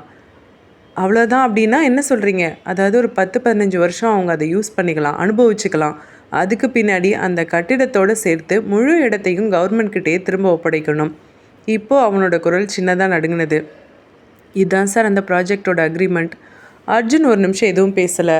அப்போது அவன் மெதுவாக கேட்டான், இந்த இடம் க்ளீனாக இருக்கணும் அப்படின்னு கண்டிஷன் இருந்துச்சா? அந்த ஆள் இப்போ தலையை குனிஞ்சான். ஆமாம் சார், அதுதான் சார் முக்கியமே. லீஸ் அக்ரிமெண்ட்டில் ஒரு வரி இருந்தது, அதாவது என்கம்பரன்ஸ் ஃப்ரீ லேண்டு, அதாவது எந்த சட்ட சிக்கலும் இல்லாத யாருமே குடியிருக்காத தெளிவான புறம்போக்கு நிலமாக இருக்கணும். அர்ஜுன் மெதுவாக இப்போ மூச்சை விட்டான். அப்படியா, அந்த இடம் அந்த மாதிரியா இருந்துச்சு? இப்போ அந்த ஆள் பதில் சொல்கிறதுக்கு சில வினாடிகள் எடுத்தான். சார், ஃபைலில் அந்த மாதிரி தான் சார் இருந்தது. ஃபைலை யார் கொண்டு வந்தது? ப்ராஜெக்ட் யாருக்கு தேவைப்பட்டது? சார், அது ஒரு ப்ரைவேட் செக்டார் தான் சார். அவங்க தான் அப்ரோச் பண்ணாங்க. கவர்மெண்ட்டுக்கு நேராக அப்ரோச் பண்ணாங்களா? இல்லை சார், முதல்ல டிபார்ட்மெண்ட் லெவலில் இருந்தால் தான் அப்ரோச் நடக்கும். அவன் வார்த்தைகள் ஒன்றொன்றும் தன்னை காப்பாற்றுற மாதிரி இருந்தது. அவங்க தான் சார் சொன்னாங்க, இந்த இடம் ரொம்ப கிளியராக இருக்குது, டெம்ப்ரவரி ஆக்குபேஷன் தான் இருக்குது, அதை ரிமூவ் பண்ணிட்டோன்னா ஒன்றும் பிரச்சனை இல்லை, ப்ராஜெக்ட் ரெடி ஆயிரும் அப்படின்னு சொல்லி அந்த இடத்த அவங்க தான் தேர்ந்தெடுத்தாங்க. அர்ஜுன் அந்த இடத்துல தான் நேராக பார்த்தான். அப்போ நீங்கள் என்ன பண்ணீங்க? அந்த ஆள் இப்போ கண்ணமைச்சான். சார், ஃபைல் கிளியராக இருந்ததுனால அதை ரிஜெக்ட் பண்ண ரீசன் இல்லை சார். அந்த இடத்துல மக்கள் இருந்தாங்க அப்படின்னு உங்களுக்கு தெரியுமா தெரியாதா? அவன் மெதுவாக சொன்னான். சார், கிரவுண்டில் இருந்திருக்கலாம் சார் அவங்க உண்மையாக, ஆனால் ஃபைலில் இல்லையே சார். அந்த வாக்கியம் அறைக்குள்ளே கனமாக விழுந்தது. அர்ஜுன் இப்போதான் அதை புரிஞ்சுக்கிட்டான். இது ஒரு இல்லீகலான செயல் இல்லை, இது சட்டப்படி செய்யப்பட்ட ஒரு தவறான தொடக்கம். அவன் மெதுவாக சொன்னான். அப்போ அந்த ப்ராஜெக்ட் கவர்மெண்ட்டுக்கு தெரியாமல் இல்லை, ஆனால் கவர்மெண்ட்டுக்கு முழு உண்மையும் தெரியல. கிரவுண்டில் மக்கள் இருக்காங்க அப்படின்றதே கவர்மெண்ட்டுக்கு மறைக்கப்பட்டிருக்கு. இப்போ அந்த ஆள் பதில் சொல்லலை. அவனோட கண்களில் ஒரே பயம். லீஸ் முடிஞ்சிடும், இந்த கேள்விகள்லாம் முடியாதுன்னு எனக்கு தெரியாது சார். அர்ஜுன் வெளியில் போனான். அவன் மனசுக்குள்ளே ஒரு டேட்டாவை ஓட்டுனான். கவர்மெண்ட், ப்ரைவேட்டான பில்டர், லீஸ் அக்ரிமெண்ட், கிளியர் லேண்டுன்னு மாற்றப்பட்ட உண்மை, அதுக்குள்ளே அழிக்கப்பட்ட வாழ்க்கைகள். இதுதான் கொலைகாரன் பார்த்த கோணம். இதுதான் இந்த ரிவெஞ்சுக்கான முதல் பாயிண்ட். அடுத்த நாள் காலையில் அந்த காவல் நிலையத்தில் தான் அவனோட நாள் மெதுவாக நகர்ந்து போனது. அந்த ஆள் இப்போ அர்ஜுன் முன்னாடி தலை குனிஞ்சு உட்காந்துருந்தான். இப்போ அவனுக்கு ஒளிச்சு வைக்க ஒன்றும் இல்லை, எல்லாத்தையும் சொல்லிட்டான். சரி, உங்களை அப்ரோச் பண்ண அந்த ப்ரைவேட் செக்டார், அந்த பில்டர் யாருன்னு தெரியுமா? அர்ஜுன் கேட்டான். இந்த தடவை அவனோட குரல் மென்மையாக இல்லை. அந்த ஆள் இப்போ ஒரு நிமிஷம் யோசித்தான். Sir, Surya construction sir. அந்த பெயர் அந்த அறைக்குள்ளே அமைதியாக விழுந்தது. எதுக்காக அந்த இடத்த அவங்க தேர்ந்தெடுத்தாங்க? அர்ஜுன் கேட்டான். அவங்களுக்கு அங்கே ப்ராஜெக்ட் பண்ணணும் சார், சிட்டிக்குள்ளே மெயின் ரோடு பக்கத்தில். அதனால தான் அவங்களுக்கு அந்த இடம் தெளிவாக இருக்குது அப்படின்னு ஃபைலில் காட்ட சொன்னாங்க. மக்கள் இருந்தாங்க அப்படின்னு அவங்களுக்கு தெரியும்ல? இருந்தாங்கன்னு தெரியும் சார். அதை அப்புறப்படுத்திக்கிட்டு அவங்க ஃபைலை கிளியர் ஆக்கணும்னு நினச்சி இதெல்லாம் பண்ணியிருப்பாங்க. அந்த வாக்கியம் அர்ஜுனோட மனசுக்குள்ளே நல்லா உட்காந்தது. அப்போது அவங்க தங்களோட சுய லாபத்துக்காக மக்களை வெளியேற்றிருக்காங்க. இப்போ அந்த ஆள் தலையசைச்சான். இதுக்கெல்லாம் முடிவெடுத்தவன் யார்? அர்ஜுன் கேட்டான். சூர்யா கன்ஸ்ட்ரக்ஷனோட எம்டி தான் சார். பேர் ராஜசேகர் சார். அந்த பெயர் அர்ஜுன் காதில் ஒரு மணி மாதிரி அடித்தது. அவன் நிமிர்ந்தான். அவன் முடிவு அவன் முகத்தில் தெரிஞ்சது. இப்போ அடுத்த இலக்கு அந்த ராஜசேகராக தான் இருப்பான். அவன் திரும்பி இப்போ கான்ஸ்டபிளை பார்த்தான். இப்போவே அந்த ராஜசேகரோட மூமெண்ட்டெல்லாம் ஃபாலோ பண்ணுங்கள், இப்போ அவர் எங்கே இருக்காருன்னு பாருங்கள். கான்ஸ்டபிள் இப்போ ஃபோன் எடுத்தான். அதே நிமிஷம் ரேடியோ கிராக். சார், அந்த குரல் சாதாரணமாக இல்லை. சொல்லு. சூர்யா கன்ஸ்ட்ரக்ஷனுக்கு ஹெட் ஆஃபீஸ்லேருந்து பேசுகிறோம். அர்ஜுன் உடனே நிமிர்ந்தான். எம்டி ராஜசேகர் சார், அவரோட கேபினில். ஒரு நிமிஷம் அமைதி. கொலை செய்யப்பட்டு கிடக்கார் சார். அந்த வார்த்தைகள் அறைக்குள்ளே சத்தமாக வந்து விழுந்தது. அர்ஜுன் எதுவும் பேசலை. அவனோட கை மெதுவாக இறுக்கமாக மாறிச்சு. எப்படி? பெல்ட்டில் இருக்கப்பட்டிருக்கு சார், கழுத்தில். கேபினுக்கு உள்ளே டோர் லாக் பண்ணப்பட்டிருக்கு சார். அர்ஜுன் கண்ணை மூடனா. ஒரு நிமிஷம். நம்ம நினைக்கிறத விட கொலையாளி ரொம்ப ஃபாஸ்ட்டாக இருக்கான். கதையை முடிச்சிட்டான். ஆனால் அவன் முடியும் முன்னாடியே கொலை நடந்திருந்தது. அர்ஜுன் மெதுவாக சொன்னான். அவன் என்னை விட ஒரு படி முன்னாடி தான் இருக்கான். ஸ்டேஷனில் உட்காந்துருந்த இப்போ அந்த ஆளை பார்த்தான். நீங்கள் ஜஸ்ட்டு மிஸ்ஸில் தப்பிச்சிட்டிங்க மிஸ்டர் சுதாகர். உங்களுக்கு அடுத்த பலி இப்போ நடந்துருச்சு. பயப்படாதீங்க. உங்களோட முடிவுக்கு வராதபடி நான் பார்த்துக்கிறேன். வெளியில் காலை வெளிச்சம் முழுசாக வந்துச்சு. ஆனால் அந்த நகரத்துக்குள்ளே இன்னொரு கொலை முழுசாக உறுதியாயிடுச்சு. சூர்யா கன்ஸ்ட்ரக்ஷன்ஸ் முதன்மை அலுவலகம். வெளியில் கூட்டம் இல்லை, உள்ளே சத்தமாக இருந்தது. அர்ஜுன் உள்ளே நுழைந்தான். லிஃப்ட் எங்களை படிக்கட்டு வழியாக மேலே போனான். எம்டியோட கேபின் கதவு உள்ளேருந்து பூட்டப்பட்டிருந்தது. செக்யூரிட்டி கதவை உடைச்சிருந்தாங்க. உள்ள அமைதி. ராஜசேகர் அவனோட மேஜைக்கு பின்னாடி நாற்காலியில் சாய்ந்திருந்தான். கழுத்தை சுற்றி ஒரு பெல்ட்டோட முடிச்சு நாற்காலி கைப்பிடியோட இறுக்கமாக கட்டப்பட்டிருந்தது. அவன் முகம் அமைதியாக தான் இருந்தது. பயம் இல்லை, போராட்டம் இல்லை. அர்ஜுன் மெதுவாக முன்னாடி வந்தான். கதவு லாக் பண்ணப்பட்டிருந்ததா? ஆமாம் சார், உள்ளேருந்து பூட்டப்பட்டிருந்தது. இப்போ ஒரு கான்ஸ்டபிள் சொன்னான். சிசிடிவி? சார் கேபின்குள்ளே இல்லை சார், கீழே தான் சார் இருக்குது. அர்ஜுன் இப்போ சுற்றி பார்த்தான். மேஜை மேலே ஒரு லேப்டாப், சில ஃபைல், ஒரு காஃபி கப். காஃபி குளிர்ந்து போயிருந்தது. மேஜைக்கு பக்கத்தில் ஒரு ஃபைல். அதில் ஒரே ஒரு வார்த்தை, லீஸ். அர்ஜுன் அந்த ஃபைலை திறந்தான். அதே இடம், அதே பிளான். எப்போ இறந்து போனார்? நைட்டு 1:30 to 2 இருக்கும் சார். சார் சில டைம் லேட்டாக தான் சார் போவார். நைட்டு வேலை பார்த்துட்ருப்பார். அர்ஜுன் மனசுக்குள்ளே ஒரு கணக்கு. அந்த அறையை நோட்டமிட்டு பார்த்தான். அறையில் ஒரு ஜன்னல் இருந்தது. அந்த ஜன்னலை அசைச்சு பார்த்தான். அது இப்போ தான் ரீசெண்டாக ஸ்க்ரூ கழட்டப்பட்டு மாட்டப்பட்டது போல் இருந்தது. அர்ஜுன் புரிஞ்சுக்கிட்டான். விண்டோ வழியாக வந்து கொலையை முடிச்சுட்டு போயிருக்கான். இப்போ அவனோட கண்ணு இன்னொரு விஷயத்தை தேடி பிடிச்சது. மேஜைக்கு கீழே ஒரு பேப்பர் மடிக்கப்பட்டது. அர்ஜுன் அதை எடுத்து திறந்தான். அதில் ஒரே ஒரு வரி. தெளிவான நிலம், உண்மையில் காலி இல்லை. அந்த வரி அந்த கேபின் முழுக்க எதிரொலித்த மாதிரி இருந்தது. அர்ஜுன் இப்போ அந்த பேப்பரை மெதுவாக மடித்தான். மெசேஜ் நம்மளுக்கு சொல்லிட்டு போயிருக்கான் போல இருக்கு. மாலை 5:10. காவல் நிலையத்துக்குள்ள கம்ப்யூட்டர் திரைகள் மட்டும் ஒளிவிட்டுக்கிட்டு இருந்தது. அர்ஜுன் ஒரே இடத்துல நிற்கல. அவன் கடைசி 1 மணி நேரமாக சிட்டிக்குள்ளே வேறு இடங்களில் மேப்பில் போயிட்டு இருந்தான். அந்த எவிக்ஷன் நடந்த பகுதியில் இருந்த வீடுகளோட பட்டியல், அங்கே யார் யார் இருந்தாங்க, முழு பட்டியலும் கிடச்சிது. சிரமப்பட்டு டேட்டாவை தயாரித்து கொண்டு வந்திருந்தாங்க அசிஸ்டன்ட்ஸ். அவன் முதல்ல ஒரு விஷயத்தை பார்த்தான். அந்த வருஷம் அந்த இடத்துல இருந்து யாரெல்லாம் அங்கேருந்து கிளம்புனாங்க. அர்ஜுன் முதல்ல அந்த லிஸ்ட்டை முழுசாக பார்த்தான். அவன் முதல்ல யாரையும் நீக்கலை. இப்போ அவன் ஒரு பேனாவை எடுத்தான். அவன் கேட்ட கேள்வி ரொம்ப எளிமையானது. இந்த கொலைகளை உடலாலும் மனதாலும் யார் செய்ய முடியும்? எல்லாரோட பேரையும் உள்ளே கொண்டு வந்தாங்க. அங்கேருந்து போனவங்களோட ஒவ்வொரு குடும்பத்தையும் ஒவ்வொரு லிங்காக வச்சான். அவங்களோட எல்லா சான்றிதழையும் சரி பார்த்தான். இப்போ அவங்க வேலை பார்க்குற இடம், பழைய முகவரி, புதிய முகவரி எல்லாத்தையும் சேர்த்து ஒரு டேட்டா உருவானது. இப்போ அவன் கம்ப்யூட்டர் திரையில் ஒரு லிஸ்ட்டு உருவாகி இருந்தது. இப்போ அவன் அடுத்த கட்டத்துக்கு போனான். ஃபில்டர் பண்ணான். வயசை மட்டும் பார்த்தான். 24, 26, 27, 29, 35. இந்த வயதுடையவர்களை 5 பேரை தனியாக லிஸ்ட் பண்ணான். 5 பேர். அவன் இவங்க 5 பேரையும் வச்சுருந்தான். கடைசியாக அவன் ஒவ்வொருத்தரையும் ஒவ்வொரு கோணத்தில் பார்த்தான். 24 வயசு அந்த பையன் காலேஜ் முடித்து ஐடி நிறுவனத்தில் வேலை. சிட்டிக்குள்ளே அவனுக்கு நேரம் ஃப்ளெக்சிபிளாக இருந்தது. 26 வயசு பையன் அவன் ஸ்விக்கியில் ஃபுட்டு டெலிவரி பண்ணுற வேலை பார்த்துட்டு இருந்தான். 27 வயசு, திருமணமாயிருந்தது. அவன் ஒரு ப்ரைவேட் கம்பெனியில் கிளர்க்காக இருந்தான். 29 வயதுடைய அந்த நபர் ஒரு சின்ன கடை வச்சுருந்தார். கல்யாணம் இருந்தது, குடும்ப பொறுப்பு இருந்தது. இந்த எவிக்ஷனுக்கு அப்புறம் 35 வயசு ஆள் ஒருத்தர் இருந்தார். அவர் மட்டும்தான் இந்த டேட்டாவில் மிஸ் ஆகுறாரு.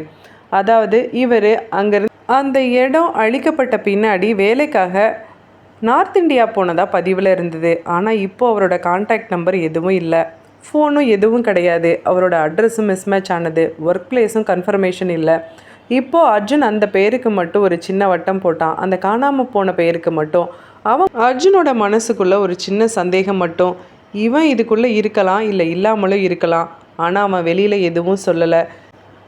காணாமல் போயிருக்கிற அந்த தெரியாத ஒருத்தன் தான் குற்றவாளி அப்படின்னு இப்போ வரைக்கும் நம்மளுக்கு எந்த சாட்சியமும் இல்லை. அவன் குற்றவாளி அப்படின்றது சாட்சியங்களோட அடையாளப்படுத்தினா மட்டும்தான் முடியும். இப்போது அந்த நார்த் இந்தியா போனவனை தான் சஸ்பெக்டாக வச்சாங்க. ஃபைல் மெதுவாக மூடப்பட்டது. அவனை தேடும் படலம் தொடர்ந்தது. காணாமல் போன அந்த நபர் சந்தேகத்தின் அடிப்படையில் தேடும் குற்றவாளியாக இருக்கிறார். அந்த ஃபைலுக்கு கீழே அர்ஜுன் இப்போ கையெழுத்து போட்டான். இன்னும் கேஸ் முடியலை. அர்ஜுன் அந்த இரவு சிட்டிக்குள்ளே ஒரு சின்ன காஃபி கடைக்கு போனான். அந்த சிட்டியில் இருக்கிற ஒரு ஃபேமஸான காஃபி ஷாப் அது. அதிக கூட்டம் இல்லை, கொஞ்சம் பேர் இருந்தாங்க. இப்போ ஒருத்தன் லேப்டாப் முன்னாடி அமைதியாக அங்கே கார்னர் சீட்டில் உட்காந்துருந்தான். அவனோட வேலை மாதிரி இருந்தது. அர்ஜுன் இப்போ கடைக்குள்ளே வந்ததும் அவன் தலையை தூக்கி பார்த்தான். அந்த ஒரு பார்வை போதும். யாரும் பேசலை. 2 பேரும் ஆச்சரியப்படலை. இப்போ அவனும் புரிஞ்சுக்கிட்டான், அர்ஜுனும் புரிஞ்சுக்கிட்டான். அர்ஜுன் இப்போ போய் நேராக அவனுக்கு எதிரில் உட்காந்தான். காஃபி ஆர்டர் பண்ணான். சில வினாடிகள் அமைதி.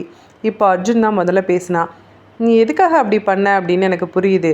இப்போ எதிரில் உட்காந்துருக்கான். அவன் எதுவும் சொல்லலை. உன்னோட கோபம் தவறு கிடையாது. உன்னோட இழப்பு சின்ன விஷயம் இல்லை. அர்ஜுன் மெதுவாக காஃபி குடித்தான் பேசிக்கிட்டே. ஆனால் உன்னோட பழி வாங்கலை, நீ இதோட முடிச்சுக்கோ. அவன் சின்னதாக தலையசைச்சான். நீ தேடிய யாரும் இப்போ உயிரோடு இல்லை. ஒருத்தன் மட்டும் இருக்கான், அவனை விட்டுரு, எனக்காக விட்டுரு. அர்ஜுன் தொடர்ந்தான். பயப்படாத. அந்த சந்தேகத்தின் அடிப்படையில் இருக்கிற நபர் நார்த் இந்தியாவில் போய் வேலை செய்கிறவர். காணாமல் போயிட்டதா ரெக்கார்டில் இருக்குது. ஆனால் அவர் ரயில்வே தண்டவாளத்தில் அடிபட்டு இறந்து போயிட்டதாகவும் ஒரு ரெக்கார்டு இருக்குது. நான் இன்னும் அந்த காணாமல் போன இறந்து போனவரவே தேடப்படுற குற்றவாளியாகவே வச்சுக்கிறேன். நீ உன்னோட லைஃப்பை பாரு. நீ நல்ல வேலையில் இருக்க, நல்லா படிச்சிருக்க, உன்னோட குடும்பத்தை பாரு. அதுதான் உனக்கு முக்கியம். இனிமேல் நீ இந்த பழிவாங்கலை தொடர வேண்டிய அவசியம் இல்லை அர்ஜுன் சொன்னான். இப்போ அவன் மெலிதாக தலையாட்டினான். ஏன்னா நீ தொடர மாட்ட அப்படின்னு எனக்கு தெரியும். இப்போ அவன் அர்ஜுனை பார்த்தான். அவன் கண்ணை தாழ்த்தலை, கண்ணை எடுக்கலை. அர்ஜுனை பார்த்தான். அது ஒரு புரிதல் மாதிரி இருந்தது. அவன் பேசலை, ஆனால் அவன் முகத்தில் ஒரு பதில் இருந்தது. இது முடிஞ்சிடுச்சு அப்படின்னு சொன்ன மாதிரி இருந்தது. அர்ஜுன் நிமிர்ந்தான்.